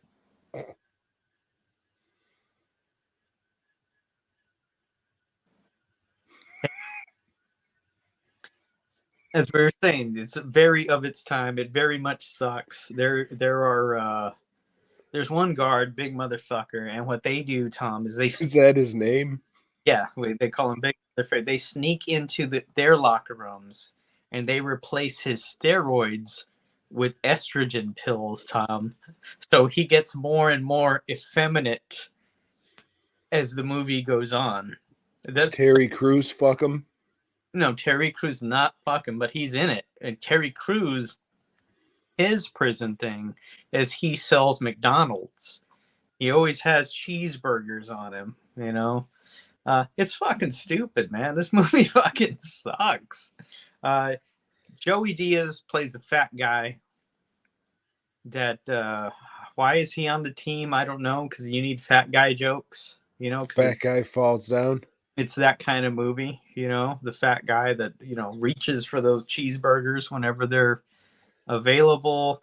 There's another guy that is a closeted homosexual dude that because they have surveillance footage of. Yeah, and they've got cheerleaders that are men.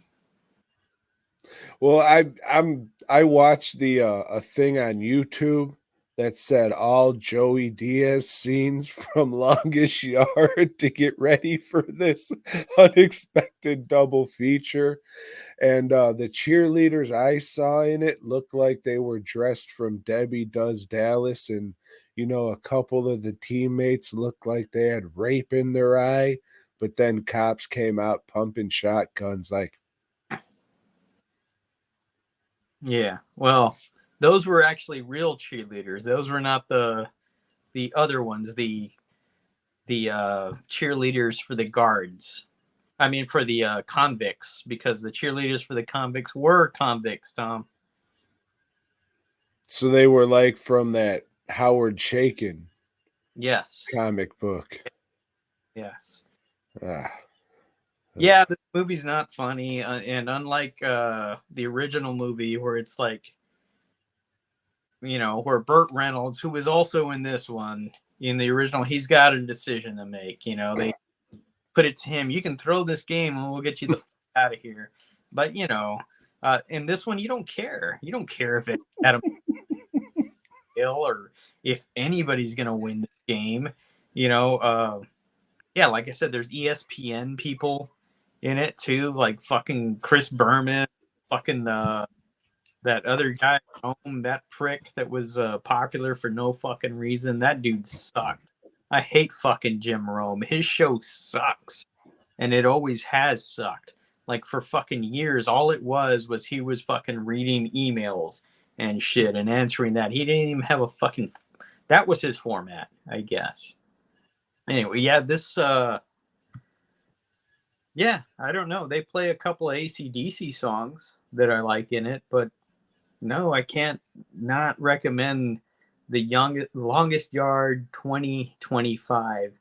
And when I was watching it, I was thinking, man, this was definitely made for like the fucking MTV Awards.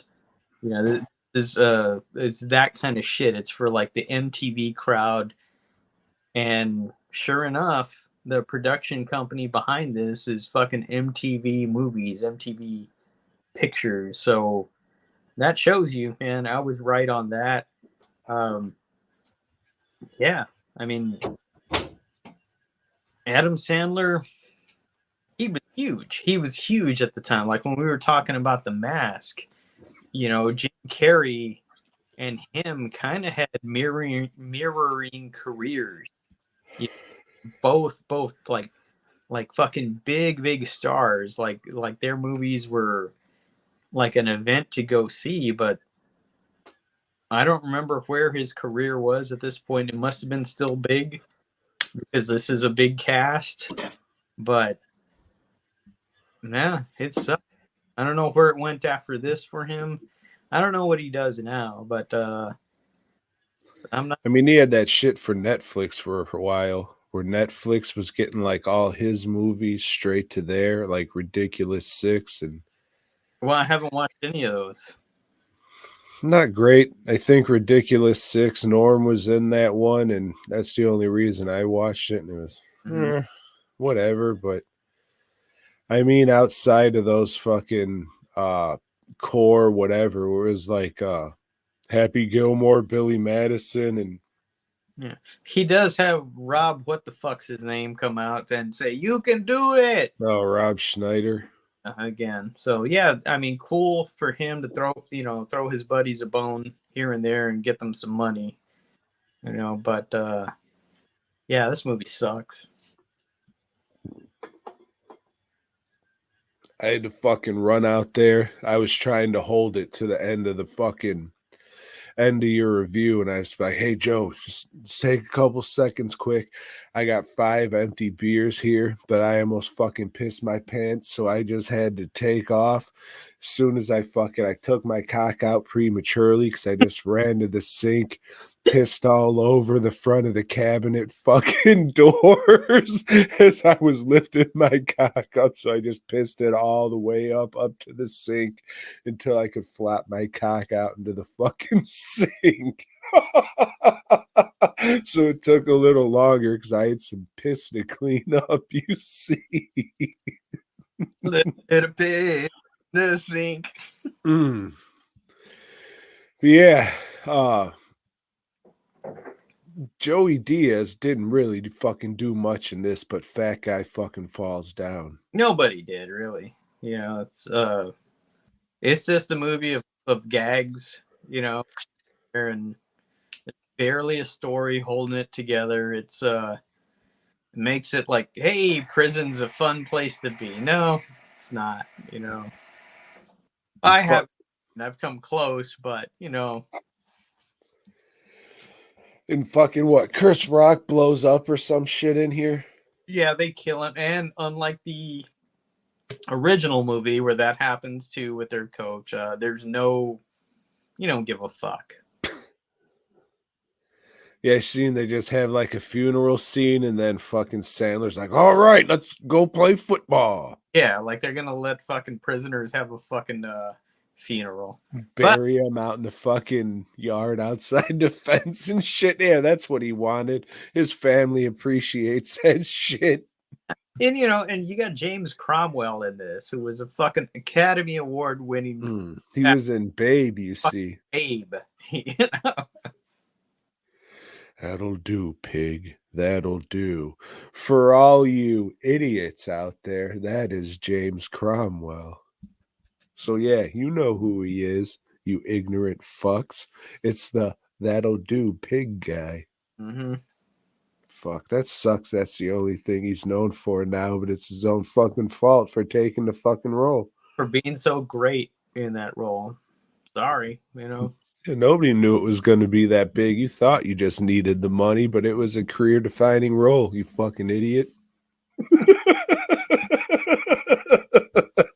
James Crom. Oh, yeah, the pig fucker, right? The guy who fucked the pig? Yeah. Yeah. Fucked him and said, that'll do. Bar you. Fucking asshole. Son of a bitch. So, I mean, we're kind of here now, and it's like, so we watch the movie, but do we talk about it and why, or can we just tell this guy to go fuck himself, or should we say why this movie sucks? Because, I mean, all things aside, this guy's previous nature aside, the movie fucking sucks. It's trying to be like it's this smart fucking thing, but it's dumb as shit and it's obvious and it just fucking sucks. Okay, so I thought it'd be funny, let's pick Eric Roberts and cover his stuff. Because, I thought the Lou Diamond Phillips thing went pretty well. Let me pick another asshole, Eric Roberts. Unfortunately, the first movie I picked was Nature of the Beast, which I hadn't seen and I knew nothing about. I just saw, hey, it's Eric Roberts and Lance Henriksen. But, as I put it on to watch, one of the first things that pops up is like a Victor Salva film. And if you don't know who the fuck this guy is, good, lucky, good for you. If you do know who he is, well, we're going to tell you who he is. Okay. He had some success with movies like Powder. Oh, fuck. I thought you were going to say Jeepers Creepers, but I wanted to go after you. Yeah, this is the fuck that made Powder. The movie you never saw, but you were just like, I'm not going to watch this shit. What the fuck is this movie? No, I don't want to watch this shit. Like, if anybody actually seen this movie is weird because this was like the punchline movie. Like, maybe Morbius would be the modern day punchline movie, or I guess Madam Web now, but back in the day, it was Powder. It was Al Snow was in Powder. I mean, what was this?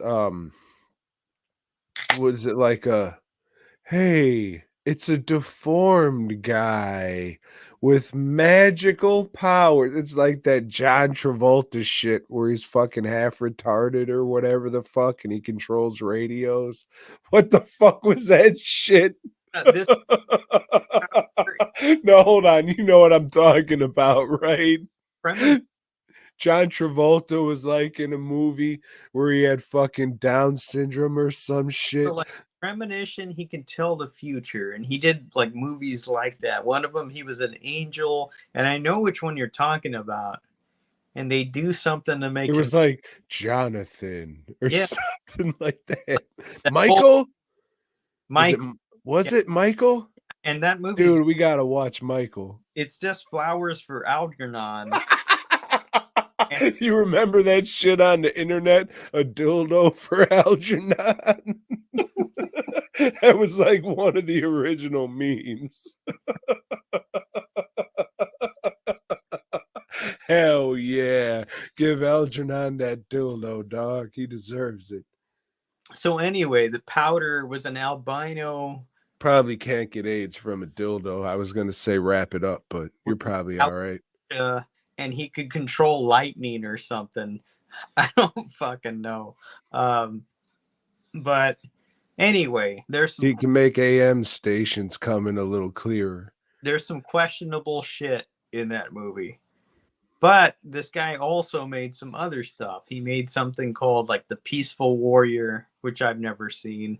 He made Jeepers Creepers, which still to this day, horror fans will fucking like be all about.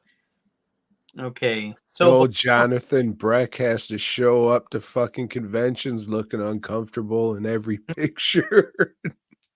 So before that, he made a movie. What the fuck was that one called? Clown House. clown house. Okay, and there's little kids in it, and And it stars a little kid, and he made his own movie with the star of the movie, who is a little kid. this guy did some things with the kid, and this is He not did some. We'll say it like this: he did some things to the kid to the kid. and shot it. Like, I mean, shot it, sure, but he also recorded it. And this is not speculation on our part. This is public record. The guy fucking did time for it. He was convicted. I don't know what the charge finally stuck, so I'm not going to say that, but So have you heard anything like he was friends with Francis Ford Coppola? Like he was a student, and that's kind of how he's still able to do stuff because he was friends with him. I don't know anything. I just heard that shit being brought up by other people. I don't know. But the thing is, like, he continued to work. No, I haven't heard any of that. Okay. I'm just saying I have. I don't know the validity or anything, but what Tom's saying is right. This guy continued to get work while the accusations were out there.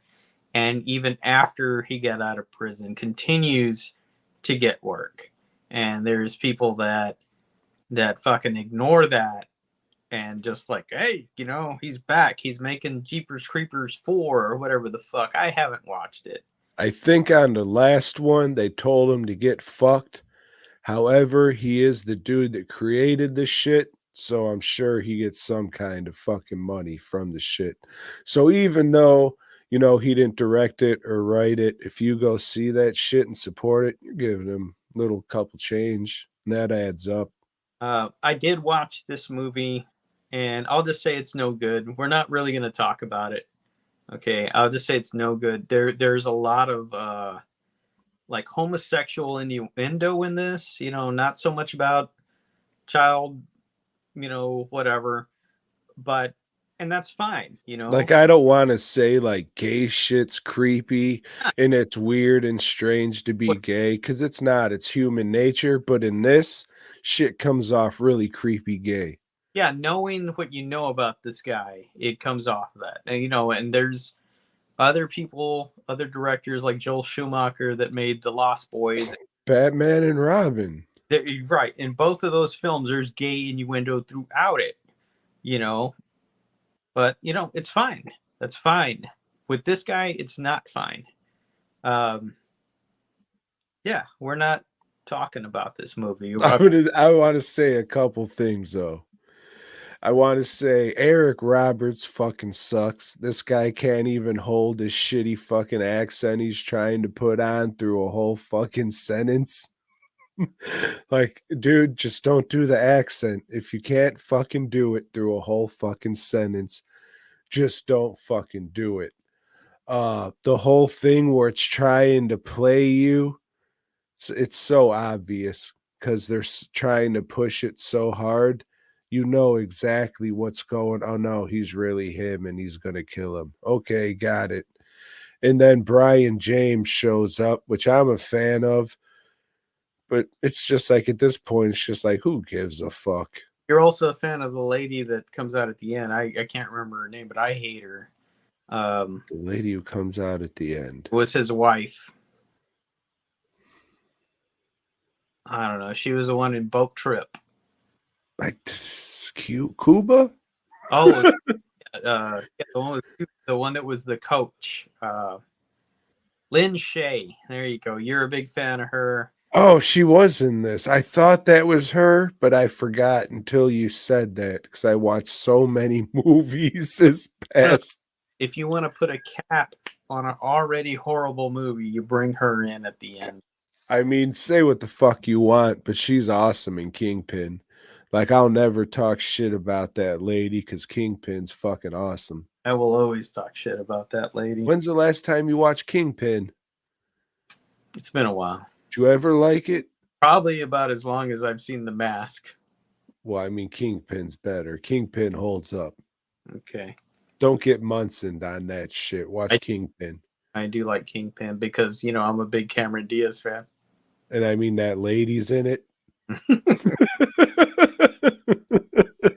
And I'm sure you looked up her nude at some time in your life, knowing you. So, That's one I can say I have not, well, I mean, when you rewatch it Hey, next week to prove me wrong, I'm glad Julie K made the lyrics.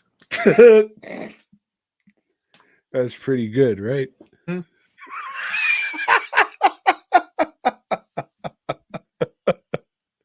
But when you type things in, you can't use two T's because that would be vulgar.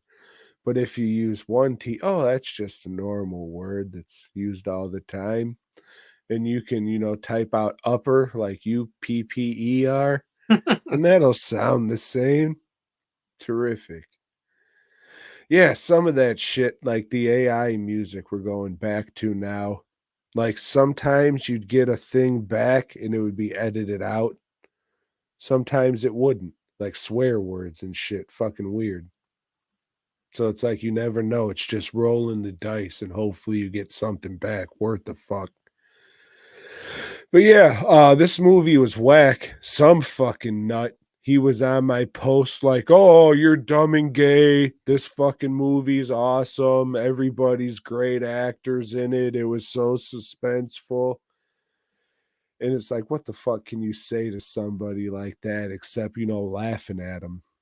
Well, I'm Fucking like when I put my review on Facebook, I just was straightforward. Hey, look, this guy that directed it is a pedophile. Don't watch it. I wouldn't have picked it if I'd have known it was his thing, but I did pick it, so I did watch it. But nobody else should. Don't support anything this guy has done. Don't put any fucking money, even if it's pennies from a streaming service, into his pocket. Yep. Fuck him. Mm-hmm. And the movie sucks. Maybe it'd be different. It'd be like, that sucks. He did whatever with his mouth and, that wiener, but it was a good movie. But it wasn't.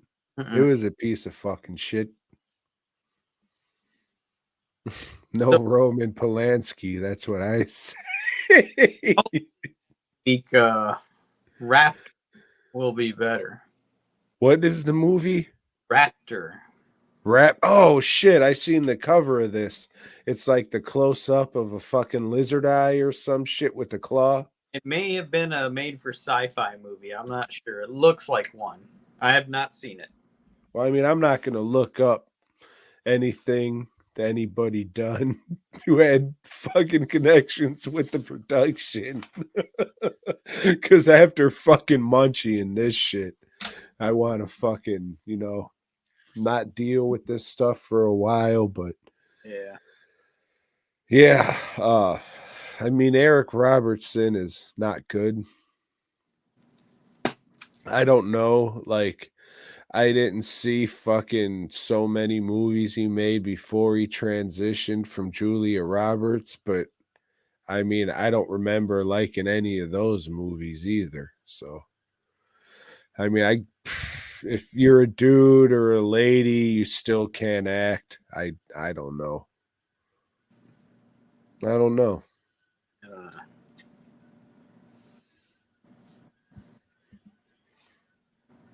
Let me ask you this, Joe. What do you think about them fucking Egyptians? Well, Tom, let me just say at Peter Parker Spectacular Spider-Man's, there's a guy fighting Spider-Man's called the Ringer, and he throws little rings at people and they wrap around. Real stupid, but anyway, some other guy strong arm him. You got to go fight Spider-Man's, and he's making him fight Spider-Man so he can break into this place and steal some armor that fucking one dude that makes shit for supervillains had made. And it turns out Tinkerer? The Tinkerer. Fuck yeah, your Spider-Man's.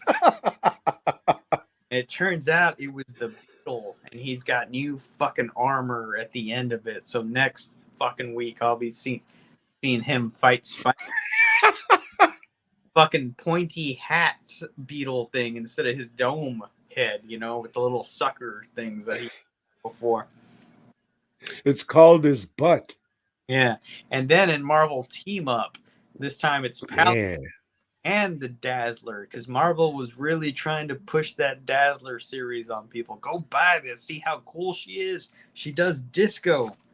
And then finally, we get the whole Egyptian shit, Tom. And Spider-Man's number 220. I can't wait till we get to Spider-Man 222 and then we can shout out fucking the hamster. Mm-hmm. Fuck. It's my favorite number. So, in this one, all the fucking mob in New York decided to have a little contest to see who was the best thief. But nobody in fucking New York is involved. It's just fuckers from Detroit and Chicago. What, you got the Rat Pack and the Midnight Mob. Yeah. And they let Moon Knight in the contest, who was a known fucking vigilante. But fuck it, you know? Let's let him in it too. I still don't understand what his end game was out of all of this shit. Nah, me neither.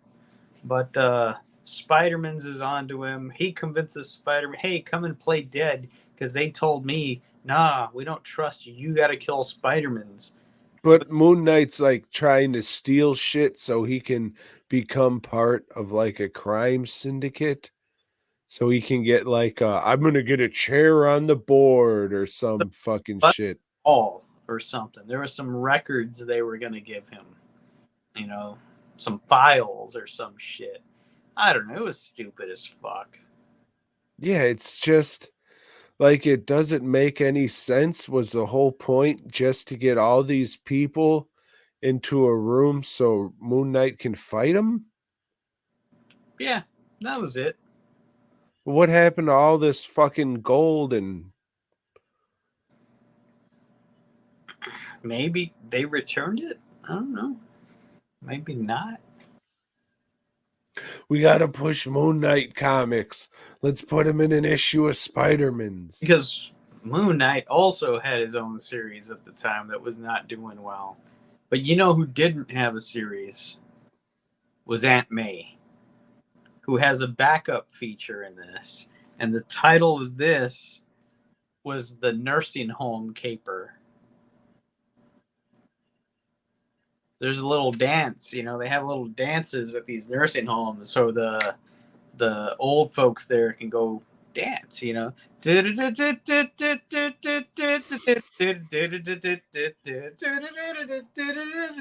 Hey, don't knock it over. You know, that kind of thing, you know. But shit, turns out somebody's stealing the fucking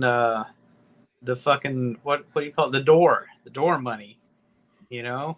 And holy shit, maybe it's the punk rock band that they hired to play at the nursing home. Those fucking vandals, I swear. But it's not. It's the fucking nephew of one of the other residents. And you know how Aunt May stops this shit? She plays dead. You know, just like a good old doggo. She plays dead. That's it. Yeah, we gotta figure out something else, or, you know, announce to people that we're gonna take questions at the end of this, because it's just weird to end on shitty Spider-Man. I agree. I mean, I would fucking go through the comments, but I've kind of been monitoring them, and it's not really anything. It's just people talking back and forth to each other in the chat. So, hey, if you're listening now, our new thing is going to be to, you know, go back through the comments and, you know, read questions if anybody has questions. So, you know, if you're not watching this live or you're on the podcast feed, join in on the live chat when we do this at 10 p.m. Central Time, Sundays, or check the Facebook page. You'll be able to know there when we're actually going to record. But yeah, I mean, questions would help to kind of close this shit out. Otherwise, it's just, hey, geeky hoodie, bootleg, fucking Roop Jake was here, Super Nintendo, JR. Hey, thanks. Okay, bye. That's, yeah. I mean, blame yourselves. You guys didn't come up with a fucking top 5 list that time, so it's on you. Thank you for not coming up with the top 5 list that time, though. But anyway, old Roop asks, when are you going to watch the Airbud series? I mean, maybe one of us will fucking pick it, but honestly, like this isn't a secret. I've said this most times, like, Joe and I like talking to each other once a week. But this is, just really a thing to kind of get our brands or, companies out there so people see it. And I don't know how many eyes would, like, the people who would click on an Airbud review. Why would they give a fuck about buying a mask or a horror shirt? I mean, when I try and pick movies and what fucking clips to pick to upload on YouTube and shit, I kind of go by, all right, the people searching for this shit, would they give a fuck about what we're trying to push? And that's the way I see it. Like, everything that I watch isn't going to be dedicated to that, but I try and watch a couple things to at least make a video out to that so people will see that. Well, when I pick shit for review, like most of the podcasts that start out, they always like, hey, you know what we're gonna do? We're gonna review the Nightmare on Elm Street movies, or we're gonna review the movies of George Romero. We're gonna go through the whole film. Everybody does that, so I'm always trying to find shit that not a lot of people who have done. I'm not gonna say nobody because everybody's done something, right? But it'd just be our view on this very obscure or niche shit, and I think both of us sell niche shit, so it fits in with that. And if we do like less known things, sure, less people are going to search for it, but less people made that shit. So when they search for it, ours will be closer to the top of what the fuck they're looking for. But If we were going to make like, oh, the fucking Curse of Michael Myers review video, there's already so many fucking videos that would be so much higher on the search results than us. yeah, and you never know, because I never would have thought the Lou Diamond Phillips reviews would have got as many views as they have, and even they're not high numbers, but the Lone Wolf and Cub, and I imagine a shitload of people have already fucking reviewed those. I would hope so. It's good shit. And that's what I'm aiming for the Eric Roberts stuff. We'll see. Too bad the fucking first one is a big fucking dud, because I didn't know. Yeah, I mean, the Maniac Cop fucking videos didn't do shit, but maybe that's because a bunch of people already talked about the fucking Maniac Cop shit. I don't know. I never know what people are going to watch, how this shit even fucking works. Like, oh, people just watch it for this and then they tune the fuck out because, people can just click on it and that'll count as a watch. Maybe they tap out after 4 fucking seconds. And I don't know. I have no idea how any of this works, but I find it very odd that some of these fucking JCVD videos have over fucking 600 views and only fucking 1 like.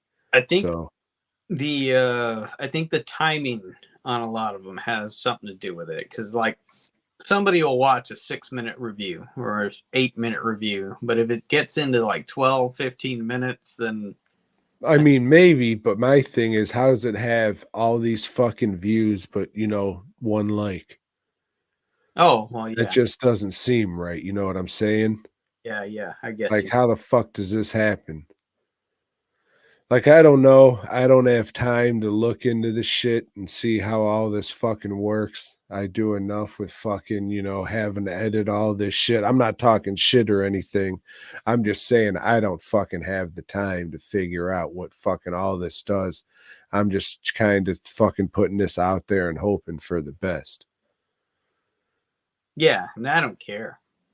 So if it ever got to a point where we had enough numbers where it's like, hey, you're actually making money off of this thing, maybe I'd pay more attention and fucking do more with it. But I got other shit to do that I need to be trying to make money at. So, But don't take it wrong. Like, I've definitely seen the numbers slightly increase, and you see the same people coming in and giving a fuck. So I appreciate that about that. But you know, I hate to I hate to tell you this, guys, all 7 of you who like this shit, but we've been doing this a while, and as much as I like talking to Joe and fucking it like built our friendship and shit, there's gonna be coming a point that's just like, all right, dude, we've been doing this for fucking 18 years now, and no one gives a fuck.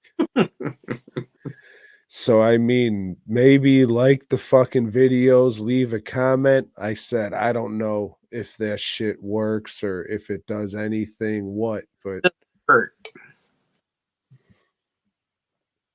I don't know. Like, I fucking sometimes like, what are we even fucking doing? And I mean, I'm sure you do too. So, I mean, it's just real shit is what it is. If you give a fuck, just go like the fucking videos. You don't have to rewatch the shit, especially if you're sitting through the fucking long haul. Like, those are the diehard motherfuckers. Team BOYGOB for sure. But I mean, at a certain point, it's just gotta say, yeah, this just isn't working. But it is what it is. Did Mike come up with any more questions since he's the only fucking Yeah, but it's all stupid shit. That's yeah. Toilet paper, underwear, blah blah blah. No real pick. Sorry, Roop. So yeah, that's it. Check out the song. It's on the YouTube feed, the BOYGOB YouTube channel. So if you listen on the podcast feed, check out BOYGOB on YouTube. It's there.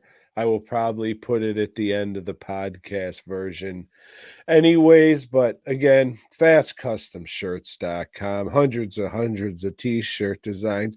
You can't beat these prices, baby. DWNproductions.net, masks plus props, custom work. Halloween's coming up soon. Get something now or don't. Hopefully we will see you next time. Thanks for listening, and of course, BOYGOB.